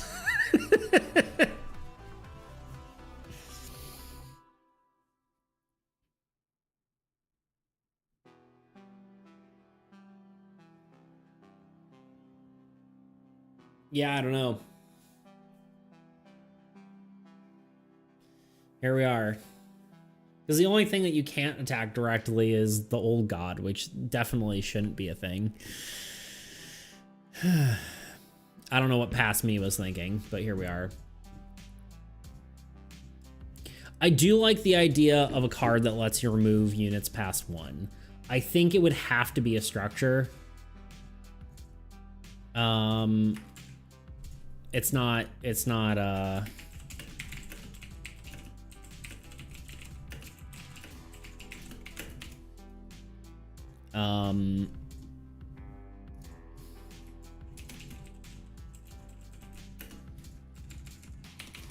and it may be a unit effect. This is not something that helps with other players, but I just wanted to write it down because I think it is an interesting one, especially with God of... it might be way too broken, actually, now that I'm thinking about it, with God of Destruction. Because then you could just kill a bunch of your own stuff, get like 10 billion units, and then it breaks the game. It would have to be like doesn't count as death effect, but yeah, that's maybe not something. Let me actually do what I was trying to do. Okay, this one's a good one. An embassy, which lets you play cards in your in other players' spaces.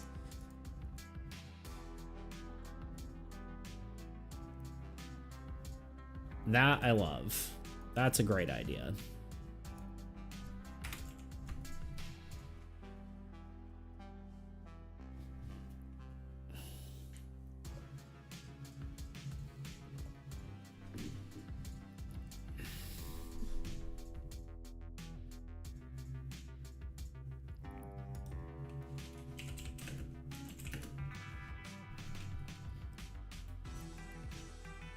Let me rebrand one of my god ideas with a structure then. What about structure lets cards survive a lethal hit with 0 units remaining, only letting cards die if attacked at 0 units?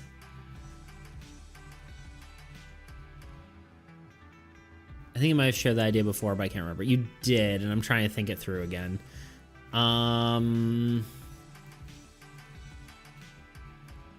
Structure lets cards survive a lethal hit with 0, remaining only letting your cards die if attacked at 0 units. So effectively just gives every card an additional unit, essentially. So -1 kills a card. That is interesting. I'm trying to decide if I want...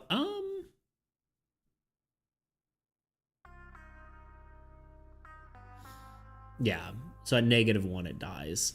I do like that idea.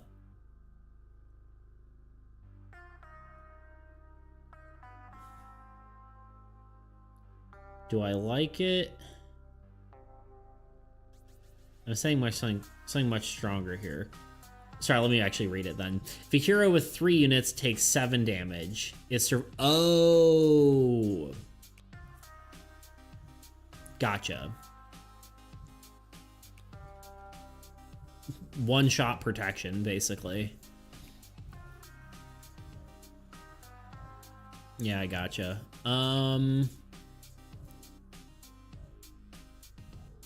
That's so strong. uh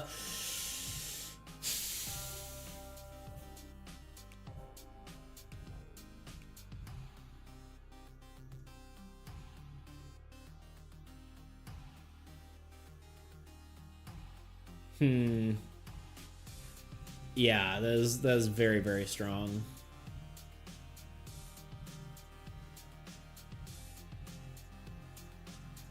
I could see that being a structure with an ability. I could see that being an ability. I don't think that could be just like an innate effect, right?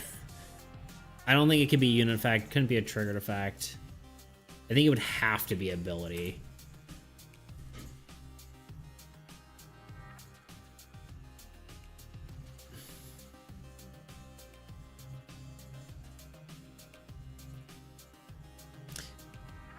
What if when the unit effect is active, the structure constantly loses units? That's kind of cool. I'm trying to think how much of pain that would be to track that.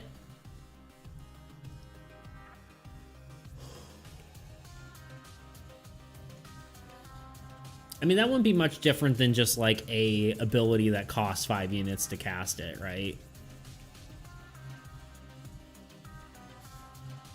Unless, I guess, the structure is just constantly losing units, and for it to just survive, you just have to constantly supply it with stuff. That's interesting. Okay, yeah, I had to think that through for a second. So, like, just on spawn, it loses, like, 5 units per turn.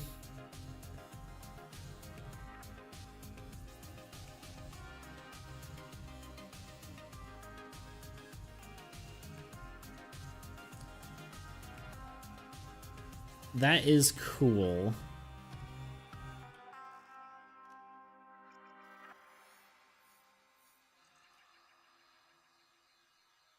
And it should be... Well, it should be survives with 1 unit left, right? Because technically... 1 unit... If it goes to 0 units, it's dead, right?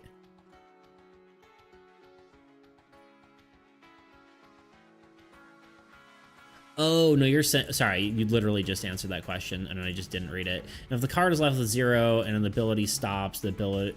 It just dies. Okay, yeah. Okay, you answered the question.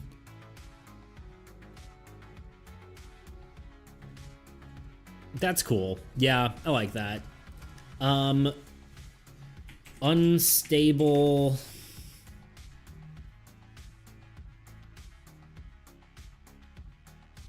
something. I like the idea of it called unstable something because it like constantly takes power. Unstable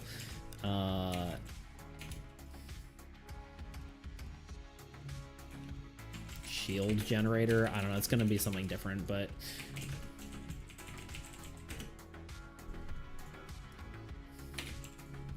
unstable shield generator for now.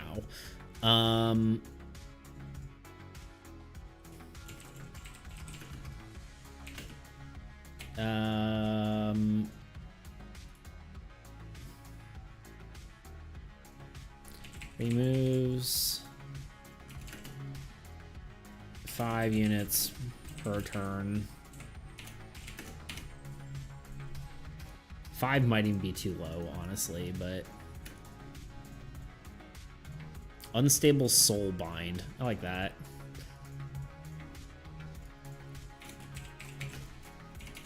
Probably. It doesn't necessarily...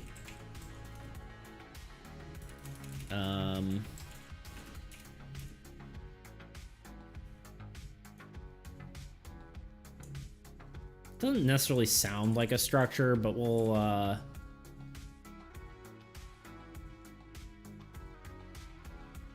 like it. It's more interesting. Nor to the shield, necessarily. Removes 5 units... from its self for return. 5 is maybe, again, might be too low, but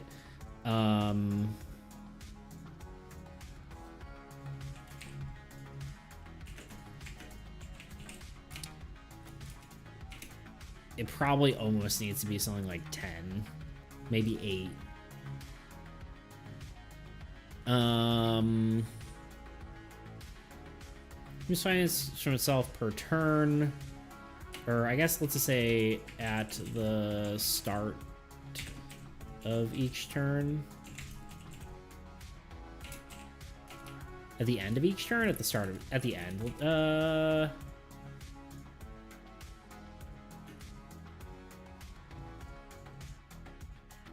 Say end of each turn.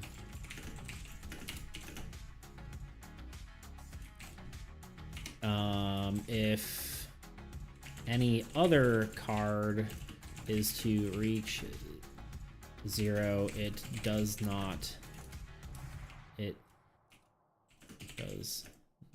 die.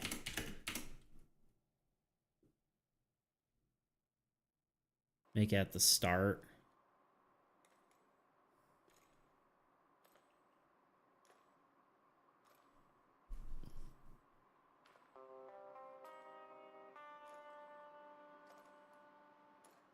The problem with at the start means at the beginning of your turn, it could just die.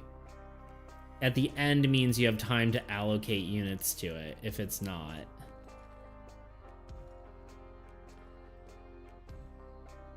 Oh, you're not making it a unit effect. It's fine then.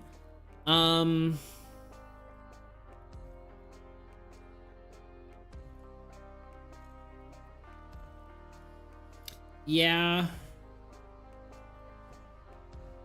Unit effect could be cool with like bridge synergy, but that just might be too powerful, honestly.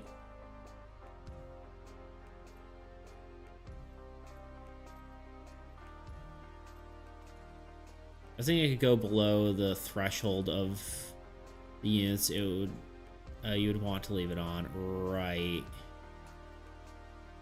That is interesting.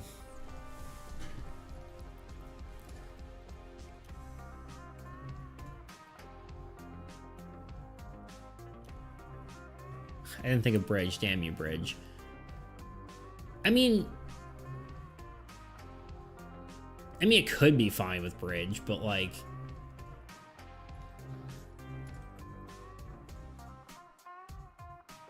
especially if it's just removing a crap ton of units from itself per turn. I don't think we need to flesh it out completely, but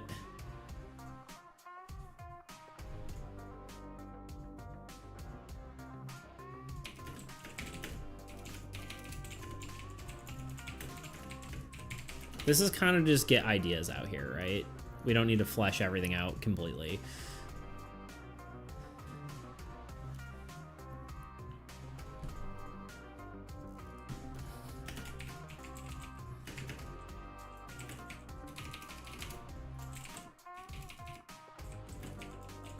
Like, we'll move all these into the spreadsheet and try to, like, reword them properly and then, like, make art for them and all that.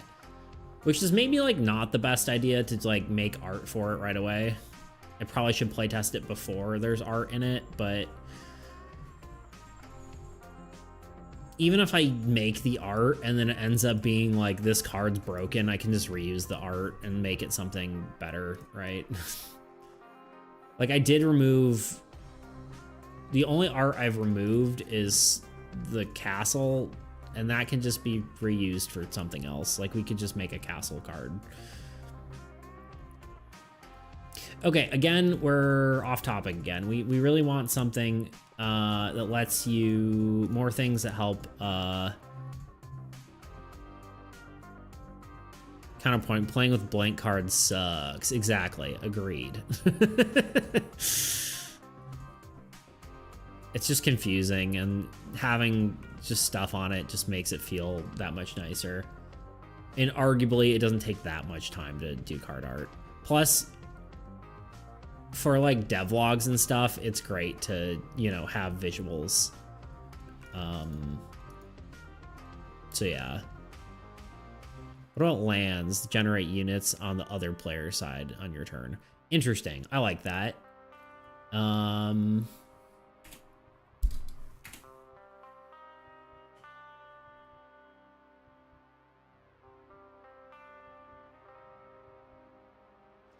trying to think that through. It would probably be more units too, like, right? Like generates 3 units on a card of on an allied card of your choice.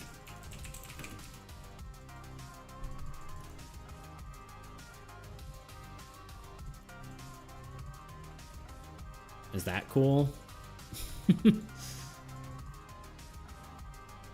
Maybe you can choose if you want it to take 2 units on the land or 3 units on a player's. Maybe you can choose if you want to take 2 units on the land or 3 units on the other player's god. Okay, so you can like decide where the units go.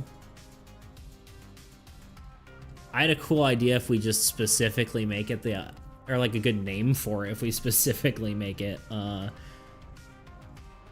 I don't think I would want it to be 2 units because then planes is like worthless, right? They're bouncing around other cards. Like if it's just better planes, then that's, I think it would be 1 unit on itself or 3 units on an ally's god, maybe is the way to do it.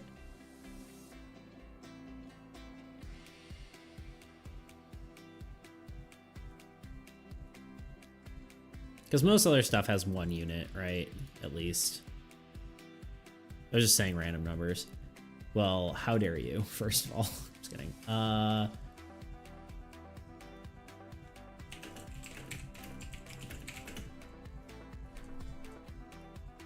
ally, on an ally's god. And I'm gonna call it Holy Land. How do we think about that? Holy Grounds, maybe?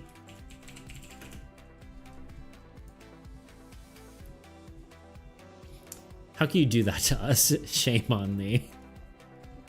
I like how normal guy just comes out of nowhere and just likes to razz Maximus as much as possible.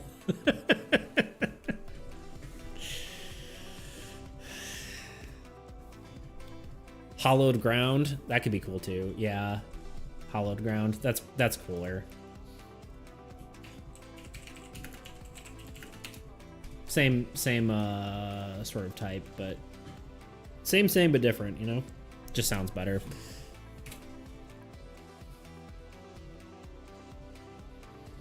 Okay, we got a support land. I like that.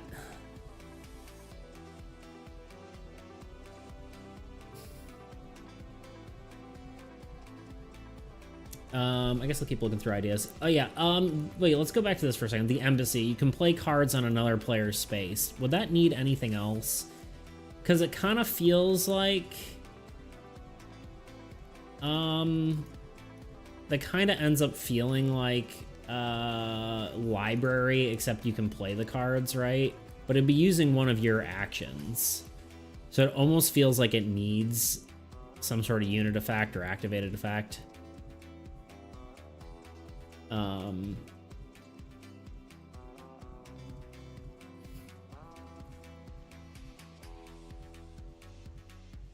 Could even be like almost like farm's unit effect. Although then that kind of just makes farm worthless.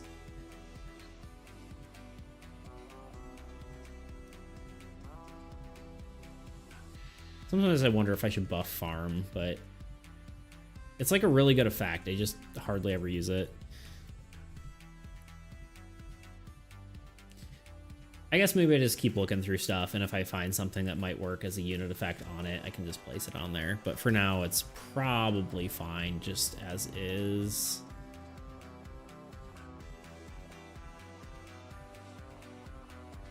It probably needs some other effect, but we'll cross that bridge when we get there. I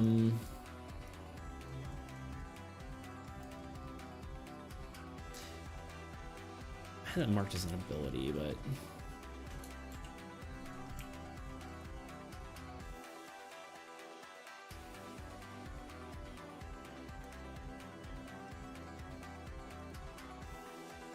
If Embassy has an ability that lets you replace your god with the other player's god until the start of the next turn. Ooh, interesting.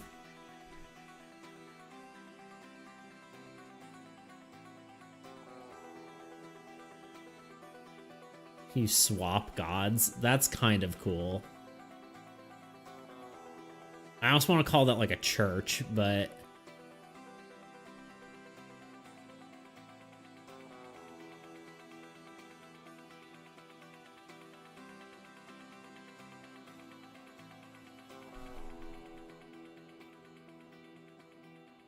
because that effect is probably powerful enough on its own. I like that idea, though. That's a great idea. What if we do, yeah, just a structure? I'm gonna call it a church.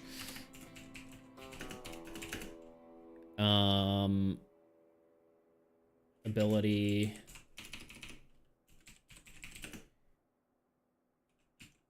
Swap gods till the end of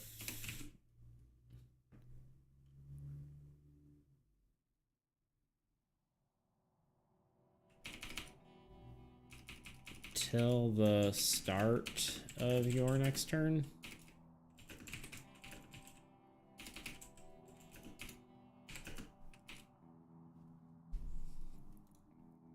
And then technically you could swap and then swap back if you had enough. I would assume this just costs units, like 10 units. Has to be relatively high, I would think. That is a cool idea, though, and it's very...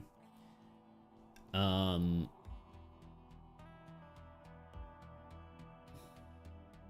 was in copy, but not... Copy, not swap, but it's alright.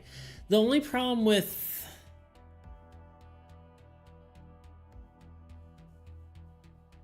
Does that mean you have the fact of 2 gods, or do you have the fact of just their god?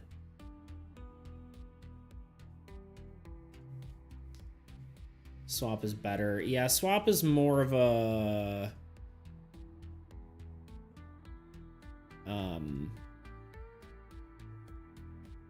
like counterplay, right?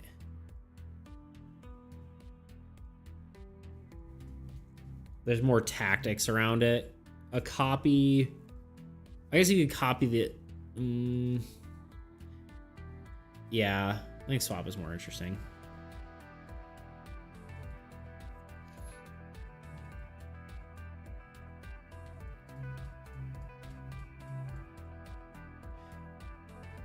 Gotcha, okay.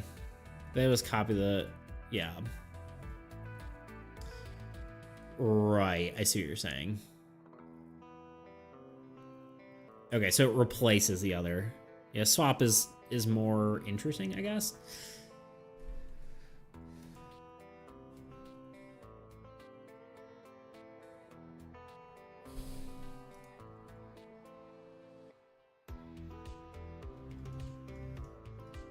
Sometimes I wonder if like some of these would be more interesting as like heroes or something. So they're, because you can, one of the things you can do is you can put a stronger structure effect on a hero because they're more likely to get attacked, right?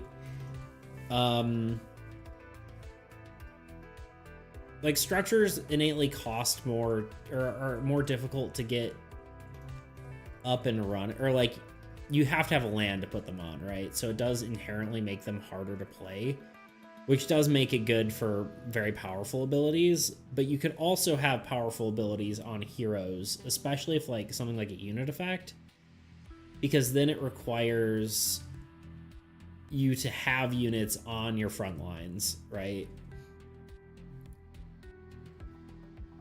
So that is something to consider. I don't know if that's necessarily for this, but it is just something interesting to think about. Like maybe even this soulbind thing could be a hero, right? That could be potentially more interesting because they're likely to be in the front lines taking the attacks. And that might be more balanced. Because the problem with it being a structure is it's hiding behind your heroes generally. Obviously, something like a nether muck or something could attack your structures first, but something like Soulbind could be too powerful in the back lines. So I'm being a hero is interesting, but also a heavy nerf. It's also incredibly powerful, though. Because what happens if it's at 0 units and it gets attacked, right? Nothing, right? It would, or if something is at 0 units and it gets, well, I guess it wouldn't be attacked again, right? That gets weird because then it's like, does something at 1 unit still get or 0 units even get attacked? Does like attacks weakest still attack at Soulbind is gonna be really difficult to word. It's gonna be a wording nightmare. If it's at 0, it gets attacked, it dies. So it should be, it's at 1 unit is really what it should be. Because 0 units means the card's dead.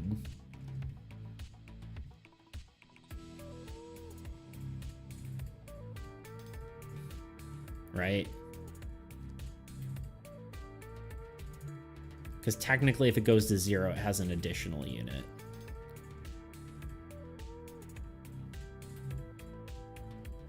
Because every card starts with 1 unit, and if it goes below 1 unit, it's dead, right?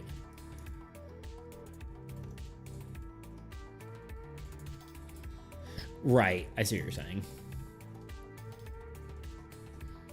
But that would have to be specified, right? It'd have to be specified that if a card reaches, at that point, if a card reaches -1, it's dead.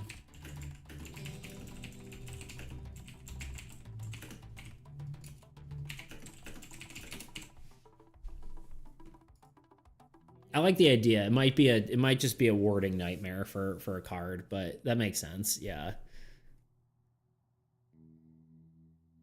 That is a cool idea though. I like it. It's just going to be interesting to build around.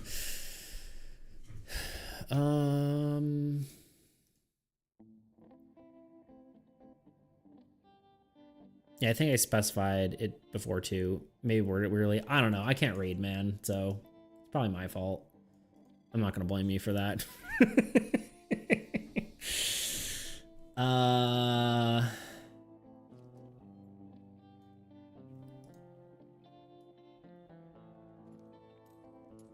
I've got a card that allows you to attack with, it says all heroes, but I think it means like multiple heroes.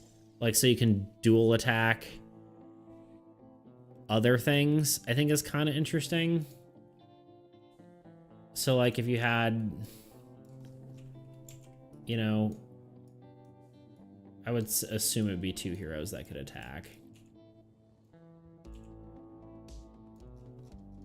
And you wanted to kill, I don't know. I guess you both at 2, right? And you wanted to kill the Abyssal Horde. Well, I guess one of them would die at this point, but yeah, I'm kind of thinking about it now. Because this could kill an Abyssal Horde, but you'd still lose a character, right? It'd be more useful with stuff like land or like wastelands. I just want to think that through. I think it could have its niche use, but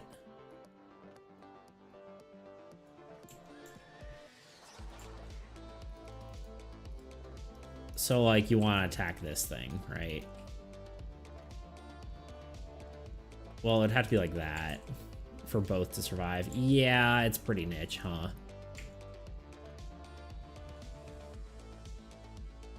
Oftentimes you'd be losing a hero either way. Yeah, it's pretty niche too, though, yeah.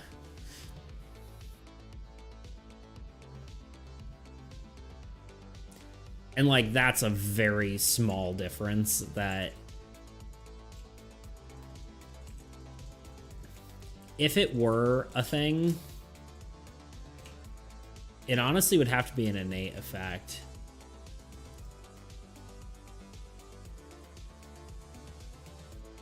Also, letting you transfer units from hero to hero does the same thing. I think...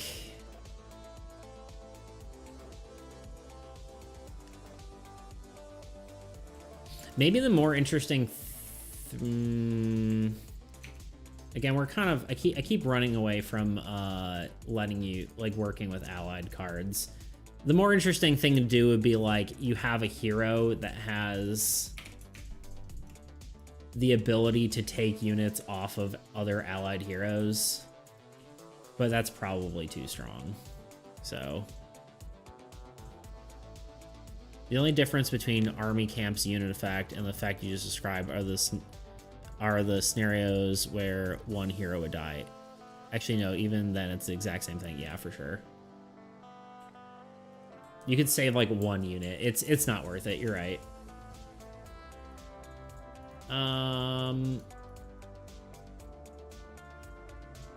Okay, I had to hit the bathroom one more time, and then we'll probably go for another... maybe we can still go for another like 45 minutes, and then I'll probably call it a day. But yeah, I'll be back in a few minutes. For like a minute.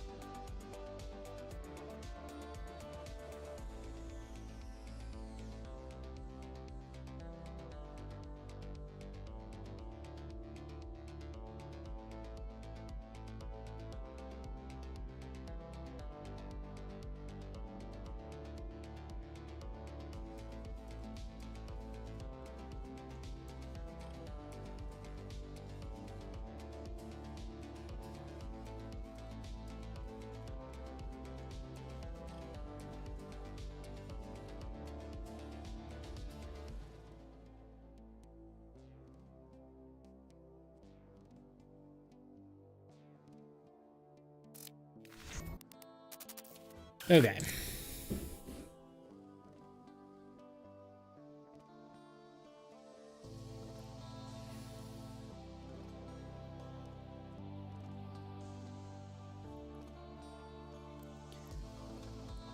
Okay, here's one I like.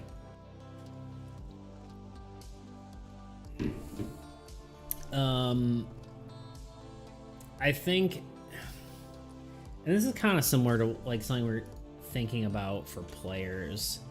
Although, maybe this is just a hero that can get affected from both players' cards. That's interesting.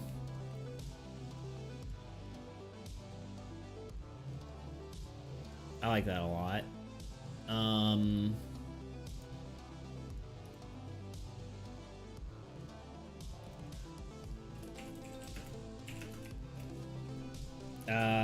Is affected by all players' cards. I don't know how that would be worded. Players effects, unit effects.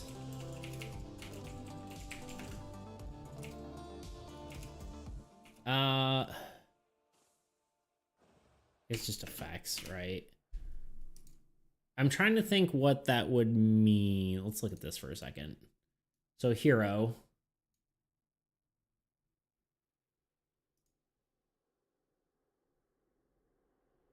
Like in theory, it would take, like if the other player had a cleric that was activated, right? It would work.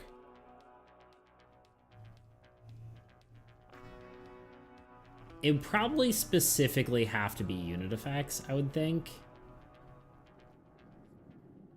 Because that's how unit effects work for the most part. Unless you want to work with like something like desert, right?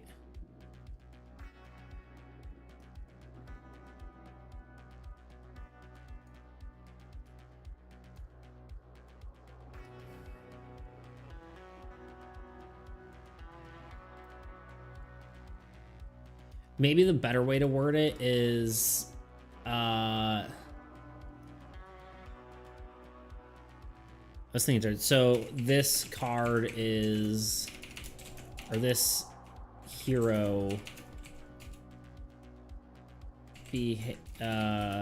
behaves as both yours and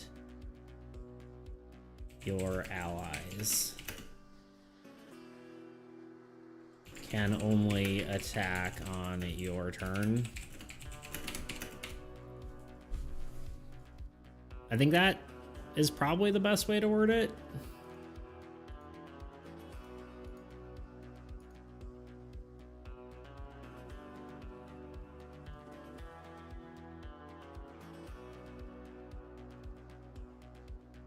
And we are going to name it Nomad? Nomad or something? I was thinking Nomad or like Realm Walker or something. I was thinking Planeswalker, but that's a very very magic thing.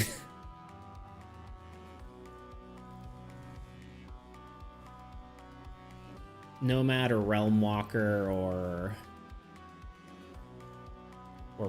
yeah, Planeswalker is 2, right? That's specifically magic, right?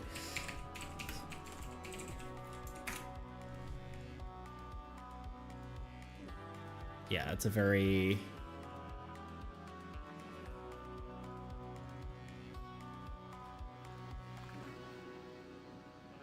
homeless guy. I think I like Nomad.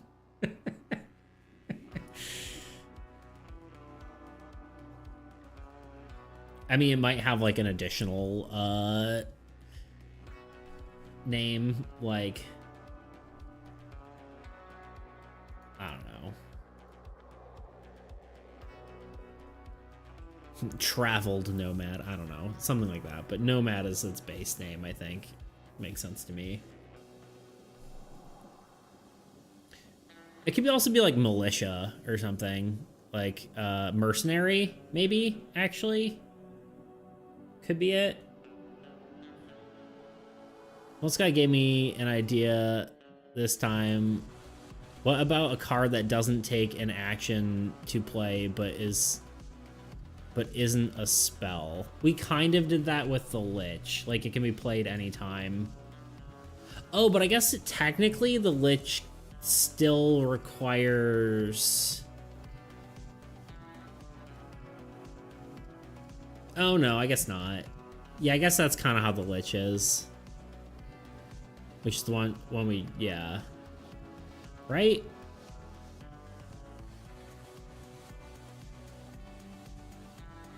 Doesn't require an action to play, but isn't a spell. Yeah, I guess that's kind of the Lich.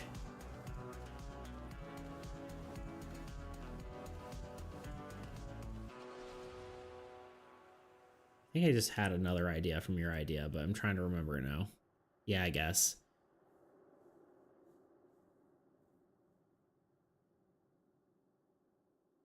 Oh, right. From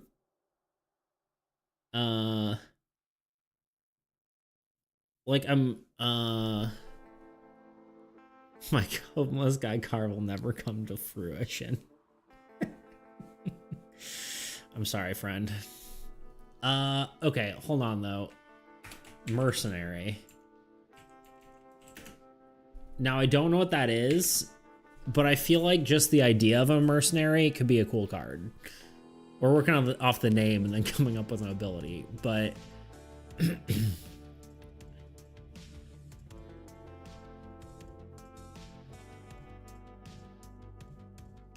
I think like something along the lines that it like, okay, mercenary name. I think you could like just the idea of like, you know, you could pay it more money to like work for you or like work on one side or the other is interesting. I don't know exactly what that means. I have it. Okay.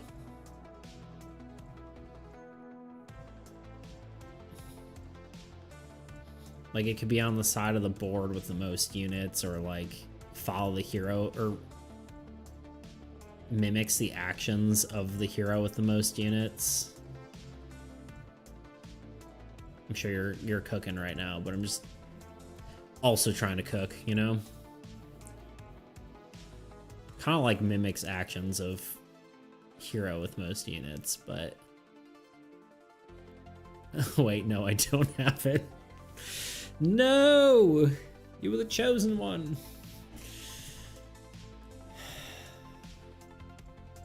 I don't have it at all. Oh, man.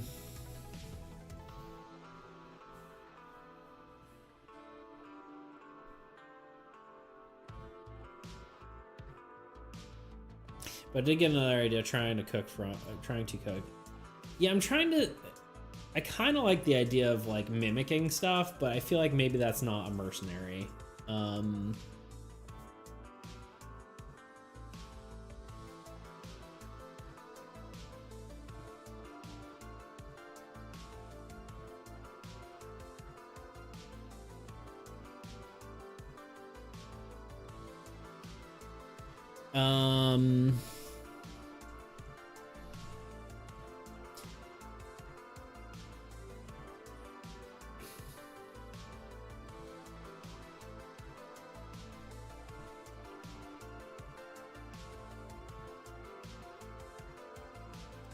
I almost think like something like you could give it units at any time and then it, but that just feels like merchant, I guess. What other card lets you see the old god cards? What about a card that lets you see the old god cards, like a spell that lets you look at the top 5 cards of the old god deck? That's cool. I like that idea. I'm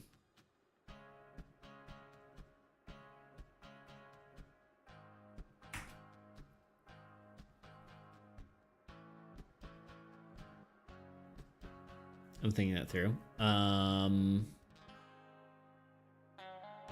Let's call it reconnaissance. Or maybe like reconnaissance might not be right, but reconnaissance or what's the magic term for seeing things? There's a word for this. D&D Schools of Magic.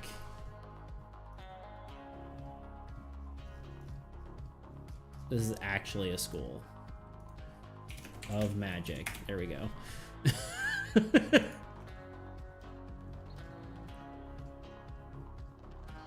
Is it divination? Divination, right? Yeah.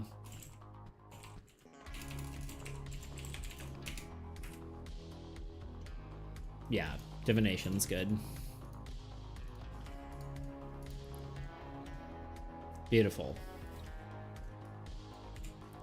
Divination.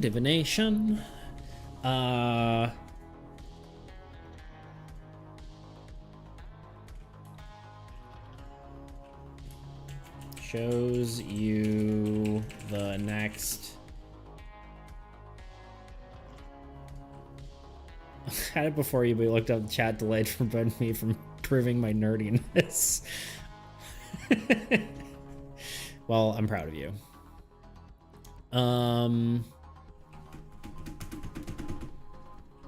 Shows you the next, I don't know, 3 to 5 cards, the old god. will draw.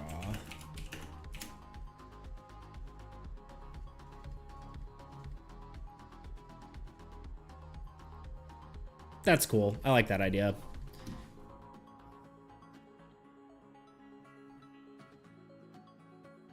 Yeah, my idea for mercenary there was like you could give anyone could give any player could give it units, and it would, if you gave it units, it would come to your side of the board, but that's basically just merchant. So maybe that's nothing, but I'm gonna keep the name there because it seems like it could be something, right? Because it seems like some sort of hero that would work on multiple levels of the board, but all right, more ideas. Let's see.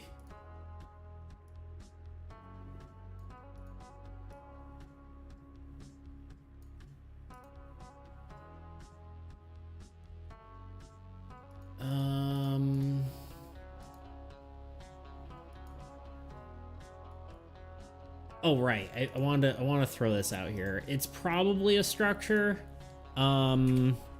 Could be a hero. Maybe making the names before the design was a bad idea. Who knows? Honestly, that's half of how we came up with like different cards for the start of it. Honestly, most of these heroes are from just coming up with the name first and then working backwards, believe it or not.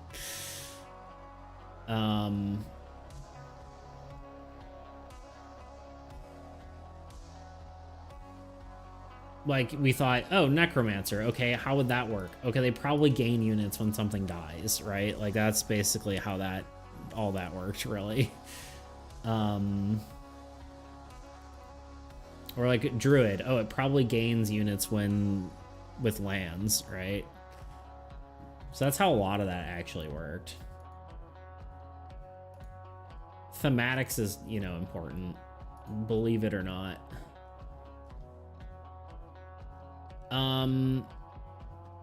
Okay, structure idea.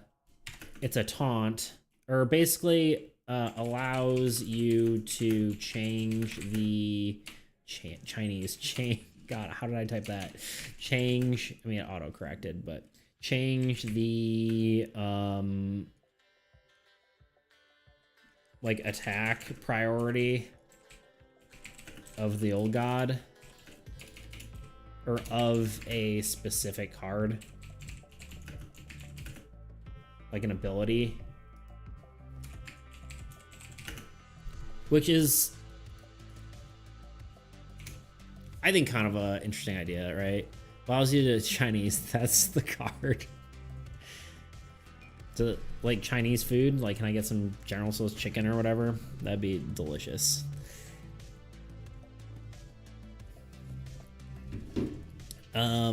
Or maybe just allows you to learn Chinese as a language.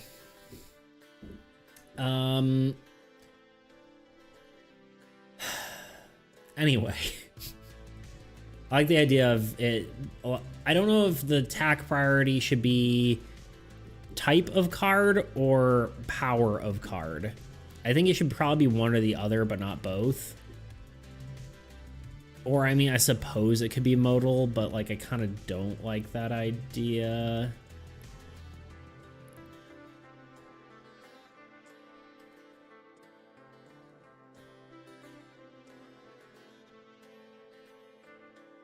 It could be two whole separate things, really. But I think probably allows you to...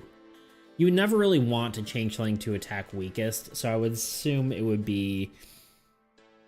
Modals are generally bad. Yeah, that's what we've found. I feel like. I would say specifically it's hero structures or lands, right? You never really want it to change, like... You would never want to change it to attack weakest, right? So... Allow you to change the attack priority on a specific... on a monster or minion...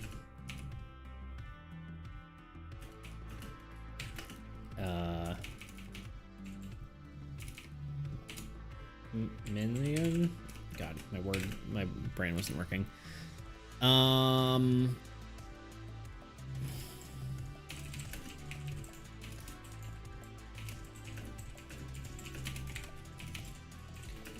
At a cost. What about another card on top of changing attack orders? What about a spell that lets you control exactly which cards every monster and minion can attack for a turn?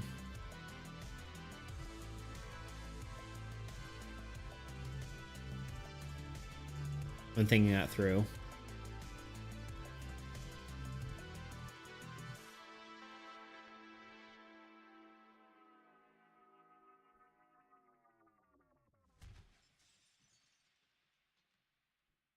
Trying to decide if that's too powerful, but probably not. Like, I'm comparing it to Spell Shield and trying to decide if it's... No, I think that's fair. Allows you to retarget, or you to choose the targets of monsters and minions this turn.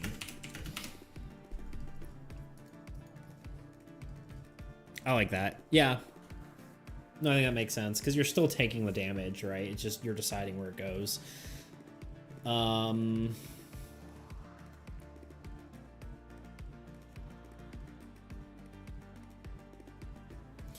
you can only profit with the spell by sacrificing cards with low units. Yeah. I like it. You could use it in a few ways too, right? Like, obviously the main idea is to force it to attack cards with higher health, but you could also be like God of Destruction and just sacrifice a bunch of your other cards to gain health on, or gain units on your God of Destruction or something like that.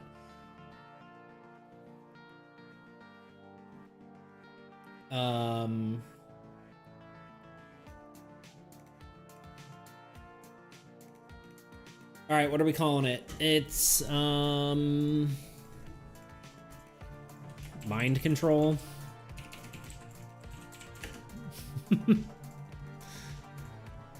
What do I hero that when it kills a monster, its death effect does not trigger?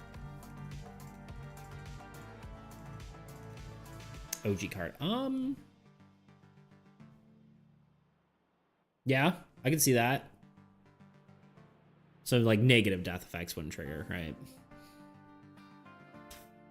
I always have cat hair in my mouth. I love it.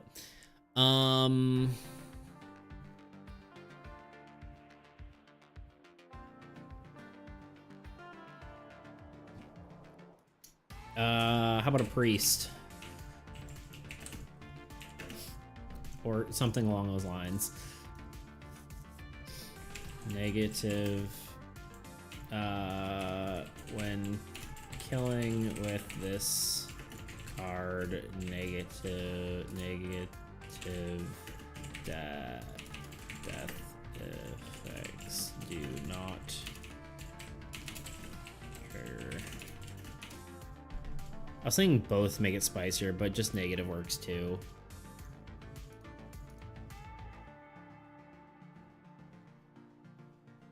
Yeah, I'm trying to think that through. Yeah, sure, why not? Death effects do not trigger. This is a little spicier.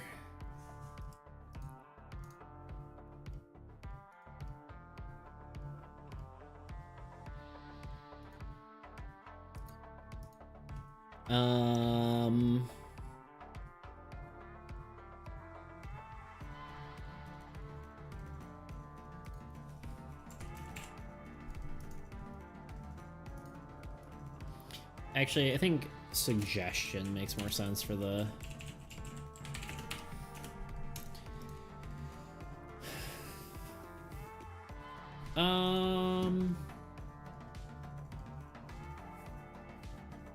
Just looking at cards for a second and trying to remember if there's anything...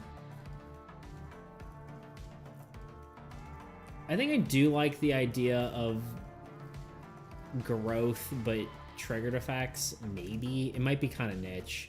Like, growth already is kind of like meh. But hypnotic melody. Maybe. What is a slash?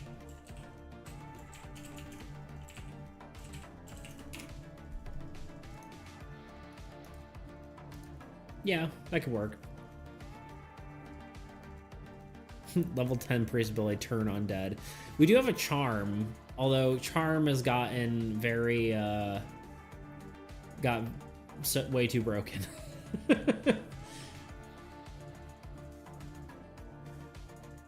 I also like hypnotic melody, made me think of just like a bard. Again, that's a thematic before actual before a card name, or before what the card actually is, but that could be fun.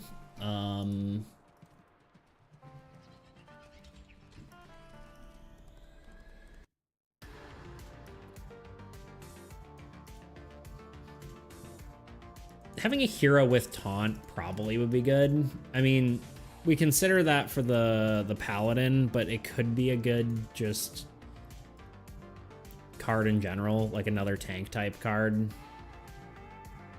But I'm weary about putting too many tanks in because that ends up making it because action economy is super important, right? If you take up too much action economy, that's it's whatever. I do like the idea of actually putting in a castle card.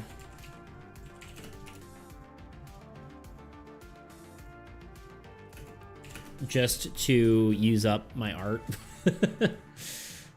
I wanted to say I had an idea for an armory card. What was that?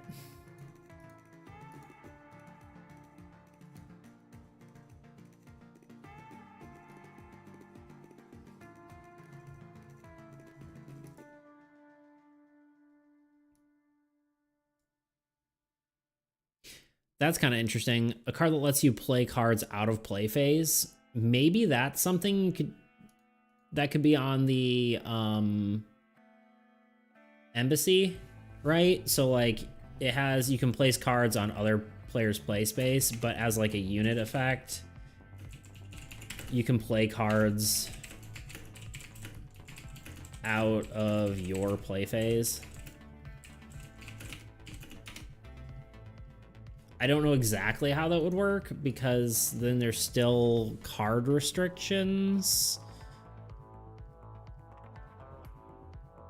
What if Bard can choose to charm the card it kills at the cost of 5 extra units? So Bard can attack, pile of 5, and choose...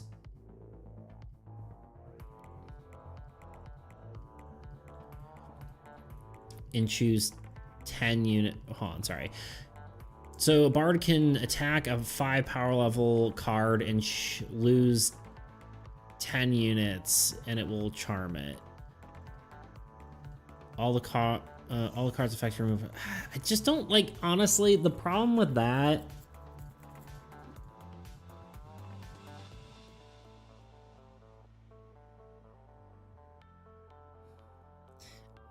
The problem with that is it's just like taking over a card and it having no effects, I feel like just feels uninteresting.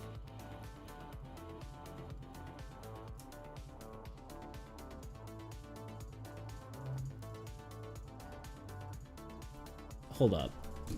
I have a thought, but I'm trying to think it through.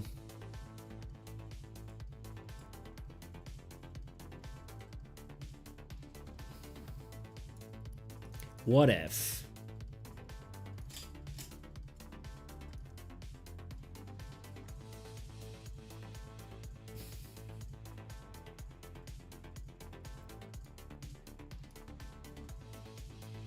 instead you take a card to your side and it triggers its It triggers its death effect every turn.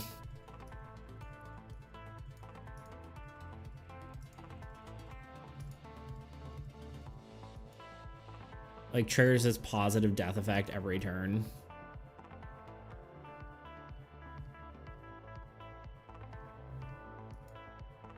Is that insane? I was trying to figure out how insane that was.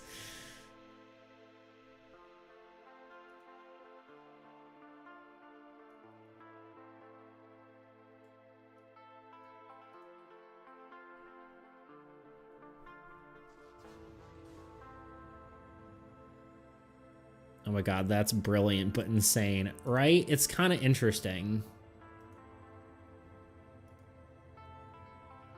Honestly, I don't know if it'd be too overpowered.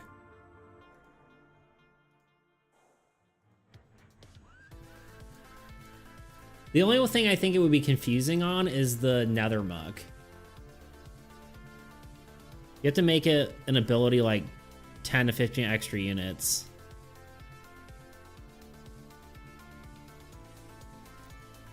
So I think the way I would do it is like, you wouldn't be able to keep taking a bunch of them to your side, right? It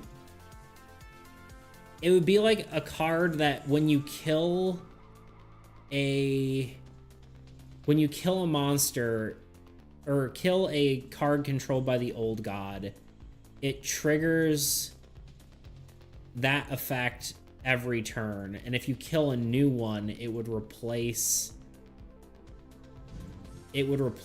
that card. Yeah, I know World Ender. That's why I'm looking at World Ender right now. You get a random card for free every turn.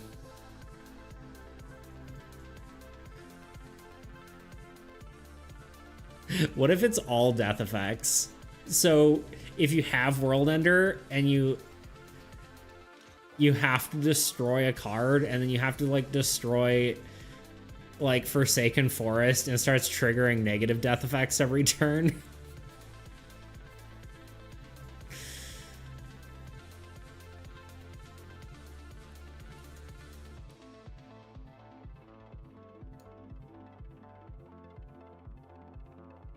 But I don't think no.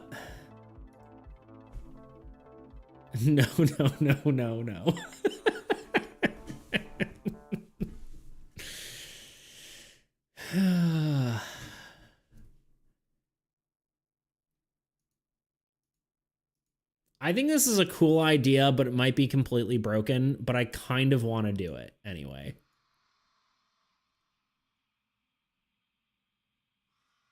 Yeah, what if it's a single cost? A single use and heavy cost. Yeah. I would say it's a heavy cost, and when you use it, it would replace itself, right?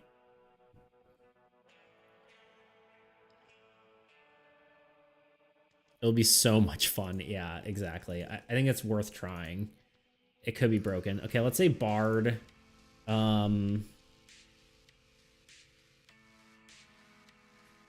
Upon killing an enemy. Well, it's an ability, right? Ability.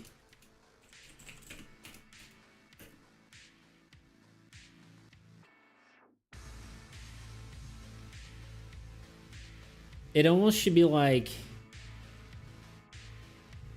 your attack. Your attack. How is it worded on Archer? You may attack 2 targets, but only take the damage. Okay. I guess, yeah, this works fine. So your attack now takes the effect from the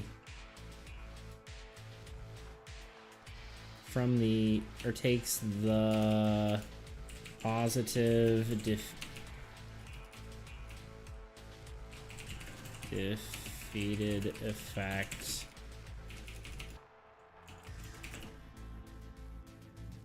That's actually interesting. BRB, okay. Gotcha. Let's see. Does that actually make charm work now that we have positive and negative defeated effects? That's kind of an interesting thought.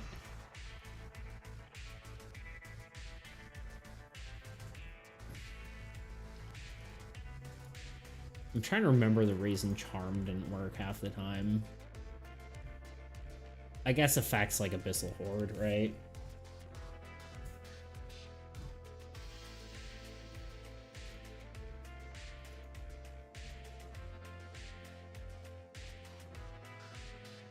Your attack now takes the...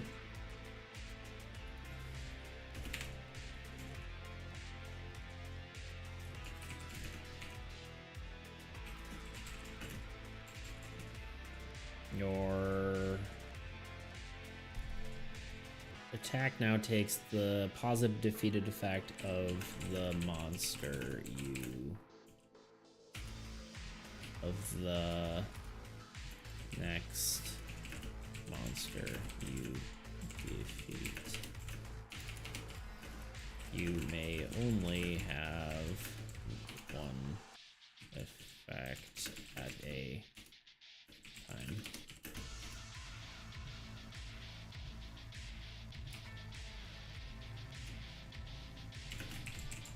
They're using this this ability again replaces it with a new one. Something like that. It's gonna have to be reworded a little bit better, but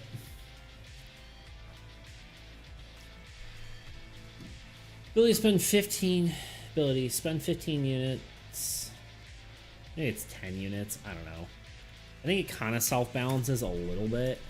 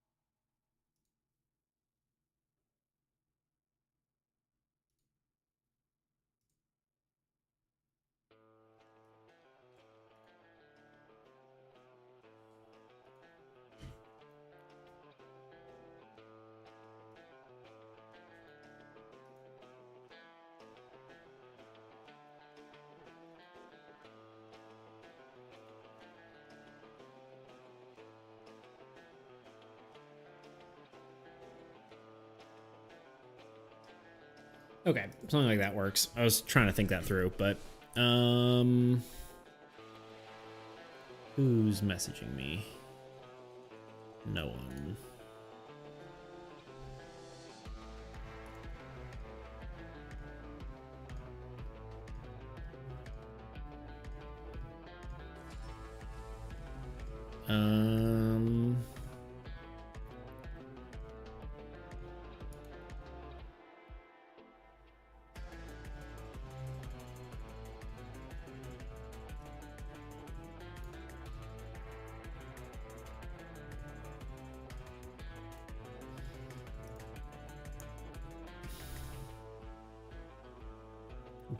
Right back thine selfist.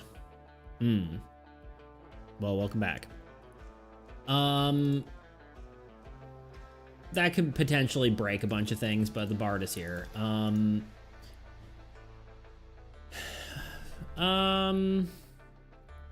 mean, these are all pretty cool. I would say we're still not playing enough into the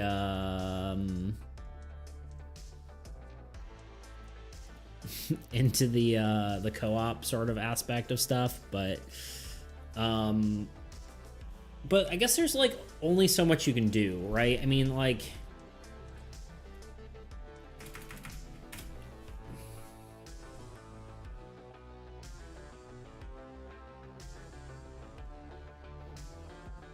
potentially the part broke the game.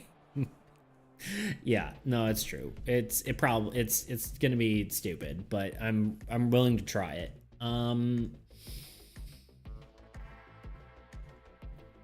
I guess to like balance it, you could make it so it's like a specific power level, but World Ender kind of just makes it stupid. But I'm here for it. I'm here for the stupidity.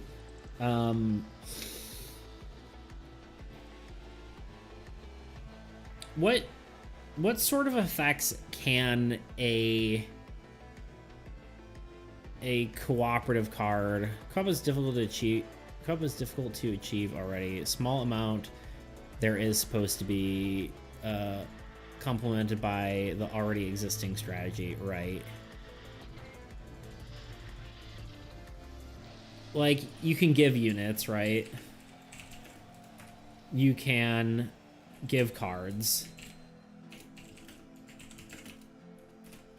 You can I guess like spending units, right? Like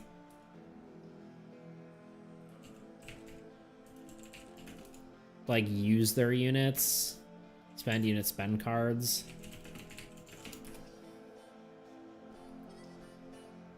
Which are kind of all sort of the same. You can share effects, right?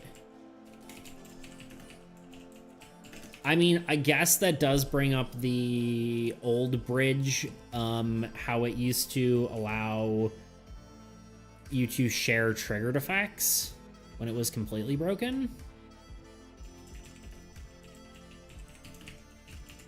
We even did sharing gods. We could do a share triggered effects, right? Swapping, yeah.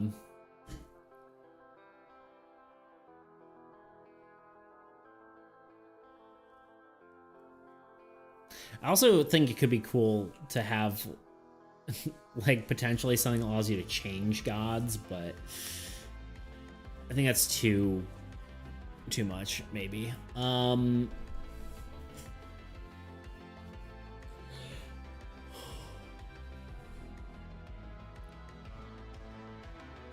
Do not write re-implemented old bridge in the patch notes. No, it's not so much that. It had a separate, it had two effects, right? And it was like,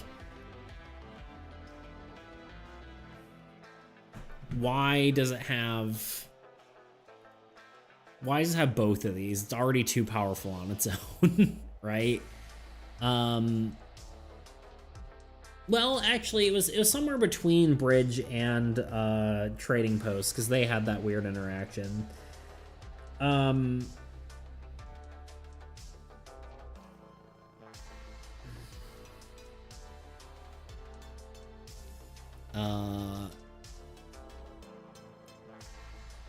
So like something, what did I do this on?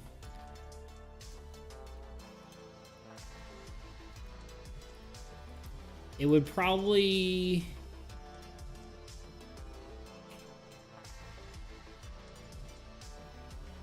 does that make any sense? Something that can gain the triggered effects of your allies? Or is that just stupid?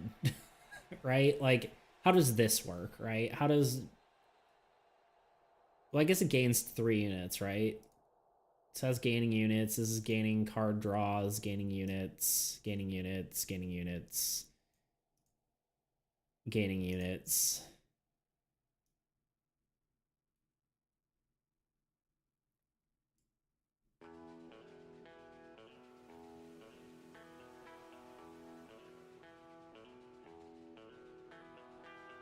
It's not horrible, but it is stupid powerful.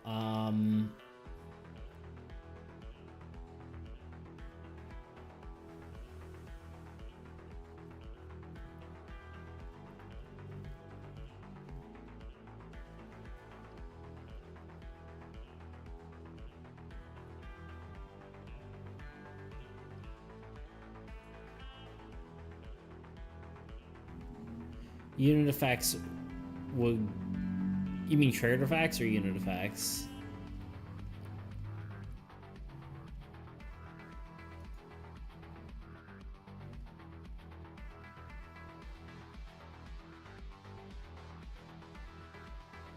Yeah, okay. I mean, it is the a thing to do. I'm gonna write it in, but I'm not sure it's a good idea, right? So it's something like a structure, probably. Maybe a hero, honestly.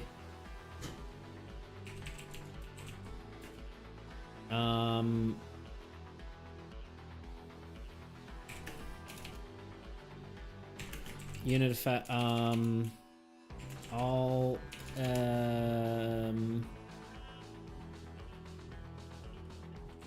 your ally gains all your unit effects, or sorry, your triggered effects.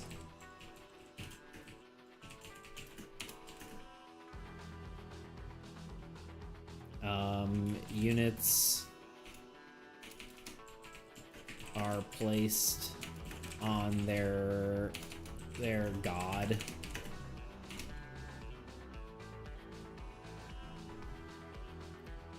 Old Bridge is crackling within its or cackling in its grave, one step closer to reincarnation, basically. Your ally gains your triggered effects. Units are placed on their god.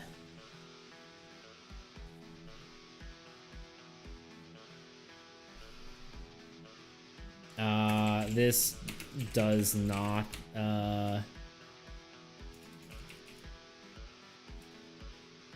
your allies gain your triggered effects, discluding gods.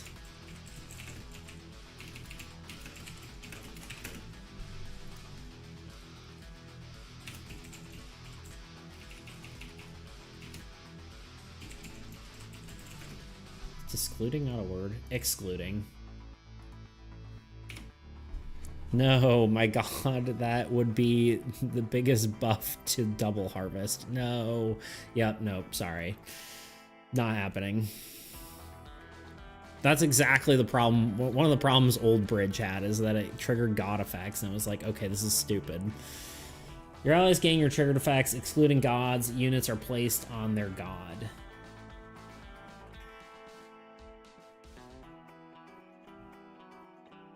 I also had another idea with had an idea for an airship as a structure kind of deal, and it would be like does not require a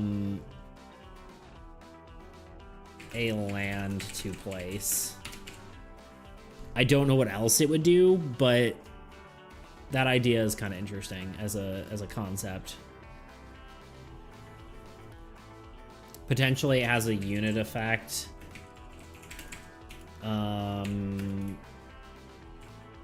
Structures no longer need to go on lands.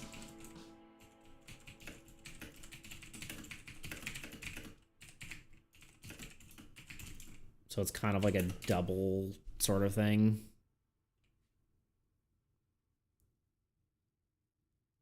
Airship is also more of a theming before design thing. No, it was... I had the idea of having something that can be placed over lands without... Or placed, you know... A structure being placed before... Without a land underneath it, right? Obviously these aren't those things, but you know what I mean. It might also be an airship. It honestly might even be something maybe more, because if it has the unit effect that also removes other things. What if airship could have a hero placed on it, which would give some sort of powerful effect? Yeah, I could see that too. Like heroes placed. Let's do this. I do want more to play more with the verticality. Did I even add that in my notes, or did I not talk about that? I did. Stacking mechanics.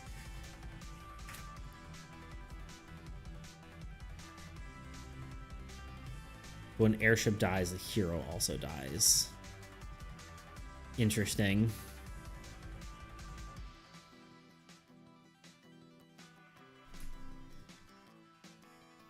Hero gains benefit but dies if airship does.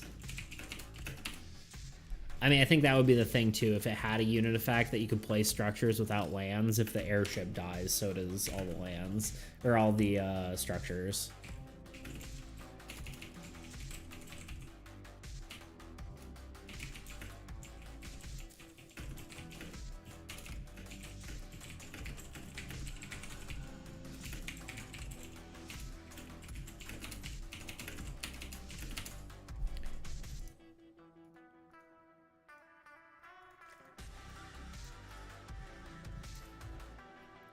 I don't know, just a thought. But yeah, heroes could work too.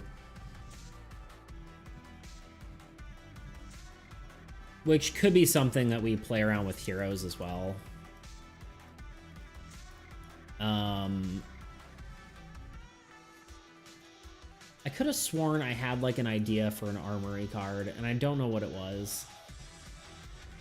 Oh, well that's a cool spell. Just dispel and nullifies a curse. I mean, it's kind of niche, but I think probably a decent one, like counterspell.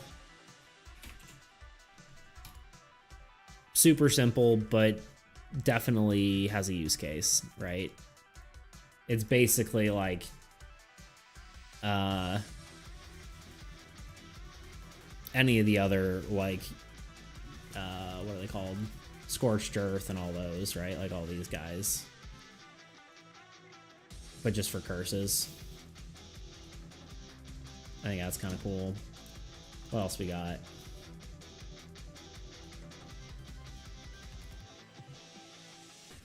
I guess we never finished talking about this. I don't think shared abilities is anything, right? We got shared triggered effects, shared unit effects.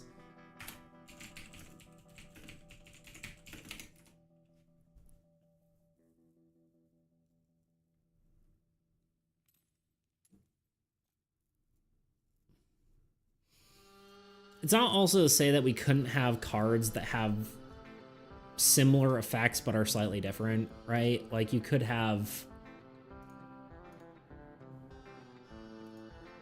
I don't know, like a merchant that doesn't gain units but has, you know, some other, you know, beneficiary effect, right? Where it can move around.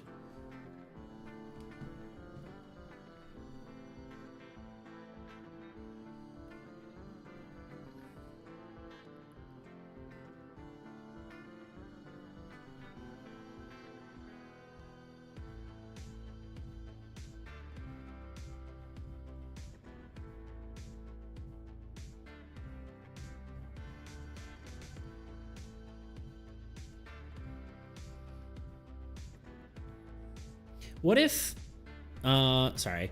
Also, a random thought on theming a few gods have equivalents in cards, and I really like that. Maybe that can be more of a thing. Oh, like how God of War and is like the barbarian in the now the what's it called? Fortress. Yeah, maybe we could go after and like harvest and yeah, so we could theme stuff around the gods. That's true. I would like to give more stuff to destruction, and that's actually a great point because I want a graveyard.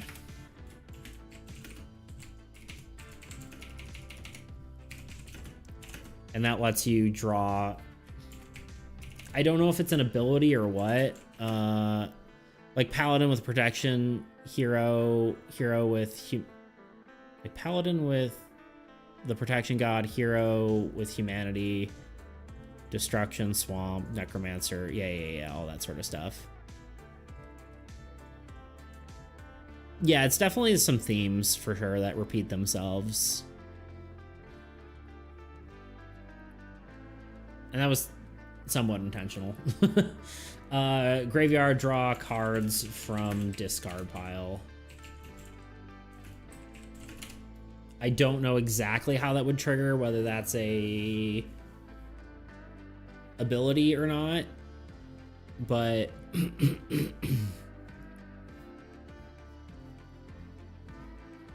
or maybe a triggered effect, like if you kill a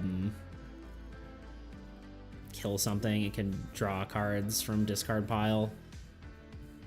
But I think that's a cool obvious one. And we're getting close to like total number of structures here, but I think graveyard could almost be a a land. We kind of haven't thought of a bunch of lands yet. Well, I wouldn't hate having a few more structures and heroes and lands rather than having more spells, but yeah, graveyard could be a land too, yeah. It feels more like a structure, but it could be like it could be a land. I mean, it's just like evil mountain, basically, right? Not evil, but you know.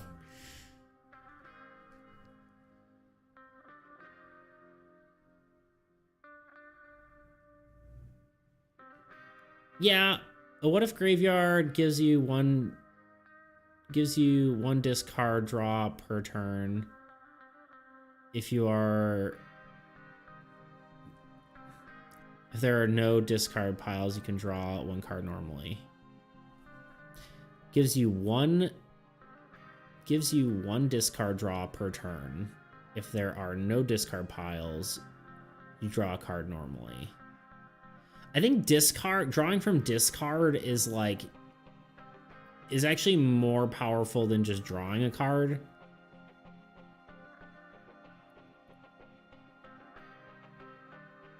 I'm trying to think that through because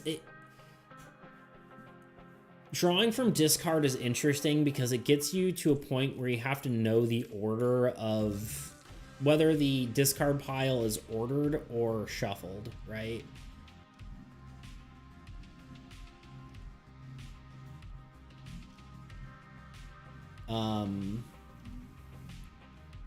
I think that might be something we removed from the old god, because wasn't there an old god card where you could just redraw something from your discard pile, like a death effect? And I think that's just gone now. Mostly because I think we nerfed a lot of these effects.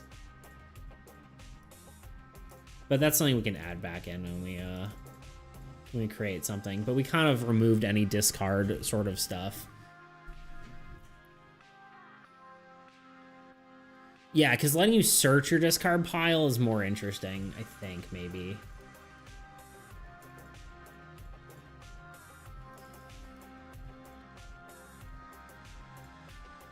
What page am I even on? Here. Yeah, I could see that too. Honestly, it's something from discard pile. I'm not entirely certain what yet. I think my brain's starting to get a little fried though. Could be land as well.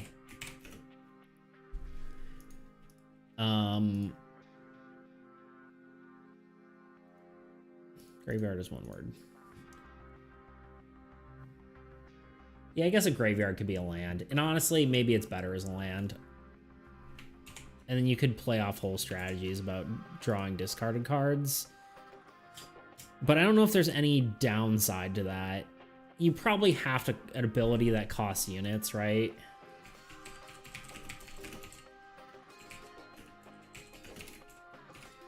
Because the problem is, like, I think we kind of want to start working toward maybe decking out, right? Like, lowering the card count so that you can run out of cards. That's going to be something we have to play around with, though.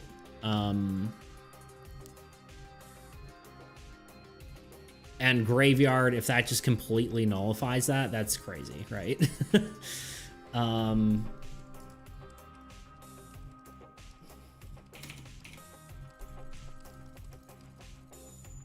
So that's something to think about.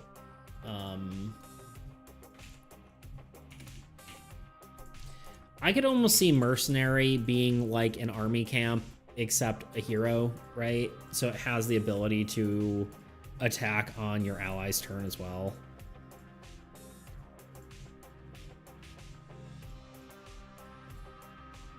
Running out of card ideas is a bigger change to the game. Running out of card ideas is a bigger change to the game than you would think. I honestly, it's not necessarily that I'm running out of ideas. I think I've just thought of a lot of ideas currently, and my brain is not handling them. But yeah, there is definitely a point where we're going to get to a thing where it's like, okay, this is just like a different version of the same thing, right?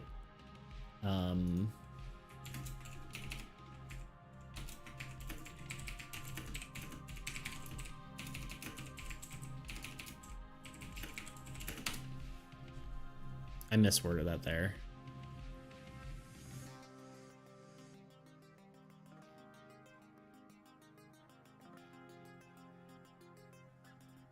Oh, I see what you're saying. I see what you're saying. The idea of running out of cards in game is bigger change than you would think. No, I know it is. I know it's pretty big. But I think it has to be a thing. It has to be something we test at least. Right now it like never happens, but I think it's something that has to exist.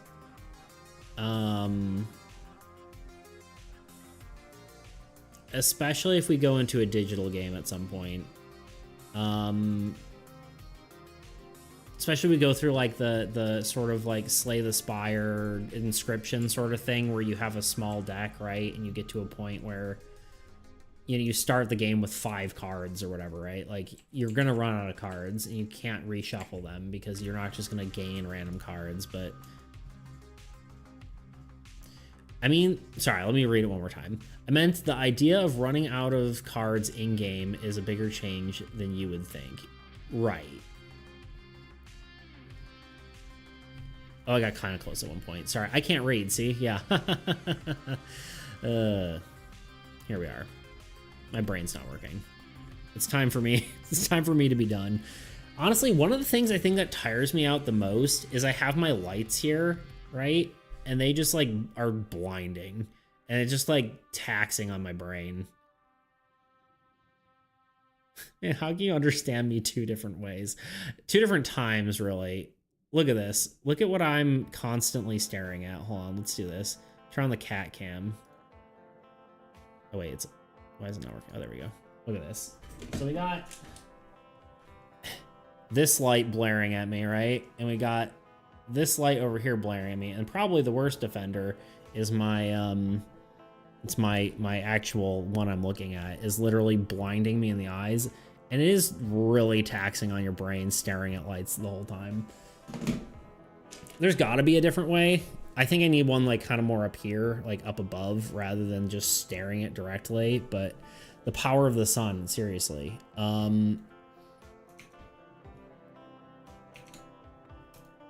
So yeah, that was me me being really dyslexic multiple times. It's weird how my brain gets much worse at that under different circumstances, right? Like being tired doesn't help.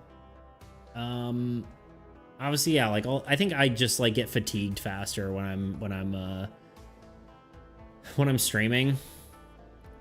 I know a lot of streamers say there's like, you know, streamer brain, like you just become an idiot when you're streaming. I think it's because you have to like pay attention to like a lot of different things and like your attention's more split. I definitely don't talk this much normally, right? It's palpable how different your levels of dyslexia can be. Well, I'm glad it's obvious and not just like I seem like an idiot all the time. You can tell when I'm getting tired and my brain's just starting to get fried. At least I know it, right? Like, but yeah. Yeah, I think my brain's through with coming up with ideas. Streamer brain is real. Outside of XQC, he has no brain. Let's do this. Let's go to my face. But yeah, I think maybe we'll do one more of these where we just talk about abilities for a bit, and then I mean, that was a lot we did in one day, right? And we'll probably keep going over these. But maybe we'll do like one more brainstorming session. And then probably actually take these and flesh them out a little bit more, like actually what the words should be. And then we'll start making art for them and then putting them in game. How many cards did we even get? We got 8 heroes, 3 lands, 8 structures. Well, 7 structures. I wrote castle here and didn't write anything. I just want to reuse the art because why not? And then 4 spells. So a total 7, 11, sorry, 14, 22 cards. I guess we also have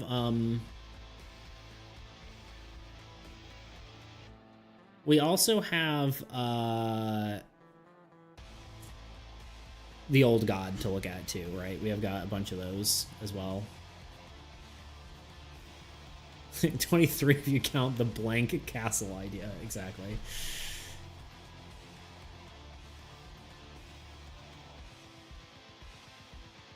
I mean, I guess we still need more. Like I said, I don't feel the need to like have even more spells. Like, I don't think we need to double the spell count, because I think spells are, I like spells, but I still don't think I like them being as frequent as structures are. I think they could be a little less frequent than structures, because right now I think they're technically more frequent, right? There's I think 11 spells in game and 10 structures. Yeah. I would like it probably if there were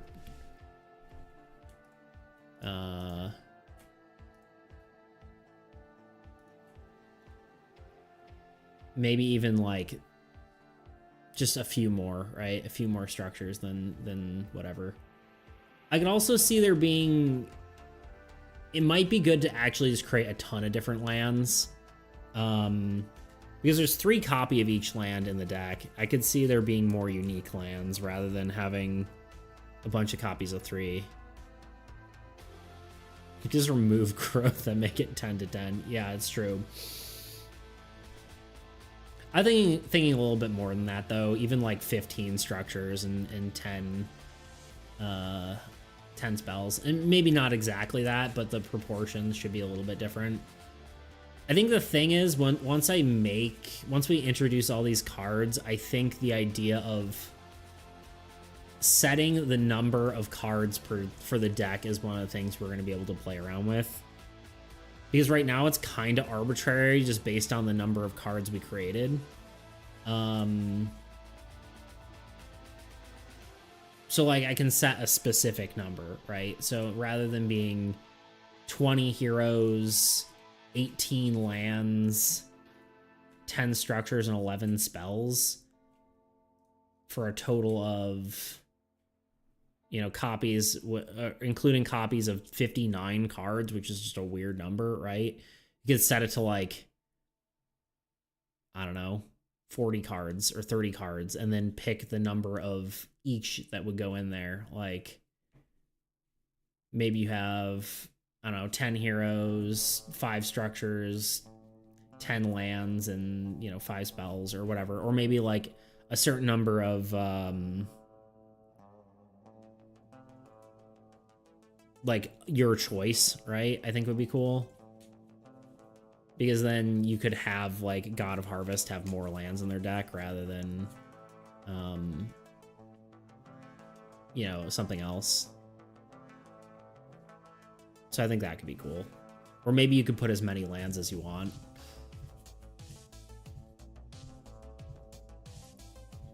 But a maximum of a certain number of things. But yeah, anyway, that's just thoughts. There's lots of big stuff to come with all that those sort of changes, but yeah, I think that's it. I think that's it for today. Friday I will be doing a stream around the same time again. This only really works for a digital game, but cards having cost to add cards having a cost to add into the deck, making you choose between volume and quantity could be cool. I see what you're saying. Yeah, like rarity of cards or additional copies of cards could cost more or something like that. I see what you're talking about. That would be interesting. Yeah, or weaker cards you could have a bunch of. Although most cards are sort of balanced to be equal around each other, even though that's not 100% true, but yeah, no, totally. But yeah, next stream will be around, I think, the same time. It'll be like a midday stream, so like 1 EST to probably around the same time now. And I think me and Bradley are going to be playtesting the game, so that'll be good with to get some more ideas on where the game actually is as far as balance. So yeah, we'll get there. That'll be did I say tomorrow? Friday. It'll be Friday. So yeah, no late stream next week. I think that's everything I have to talk about. We'll do more of this probably on Monday. Unless I can think of something else that we need to do more importantly. But anyway, it was good seeing you guys. I'll catch you next time. Have a good one.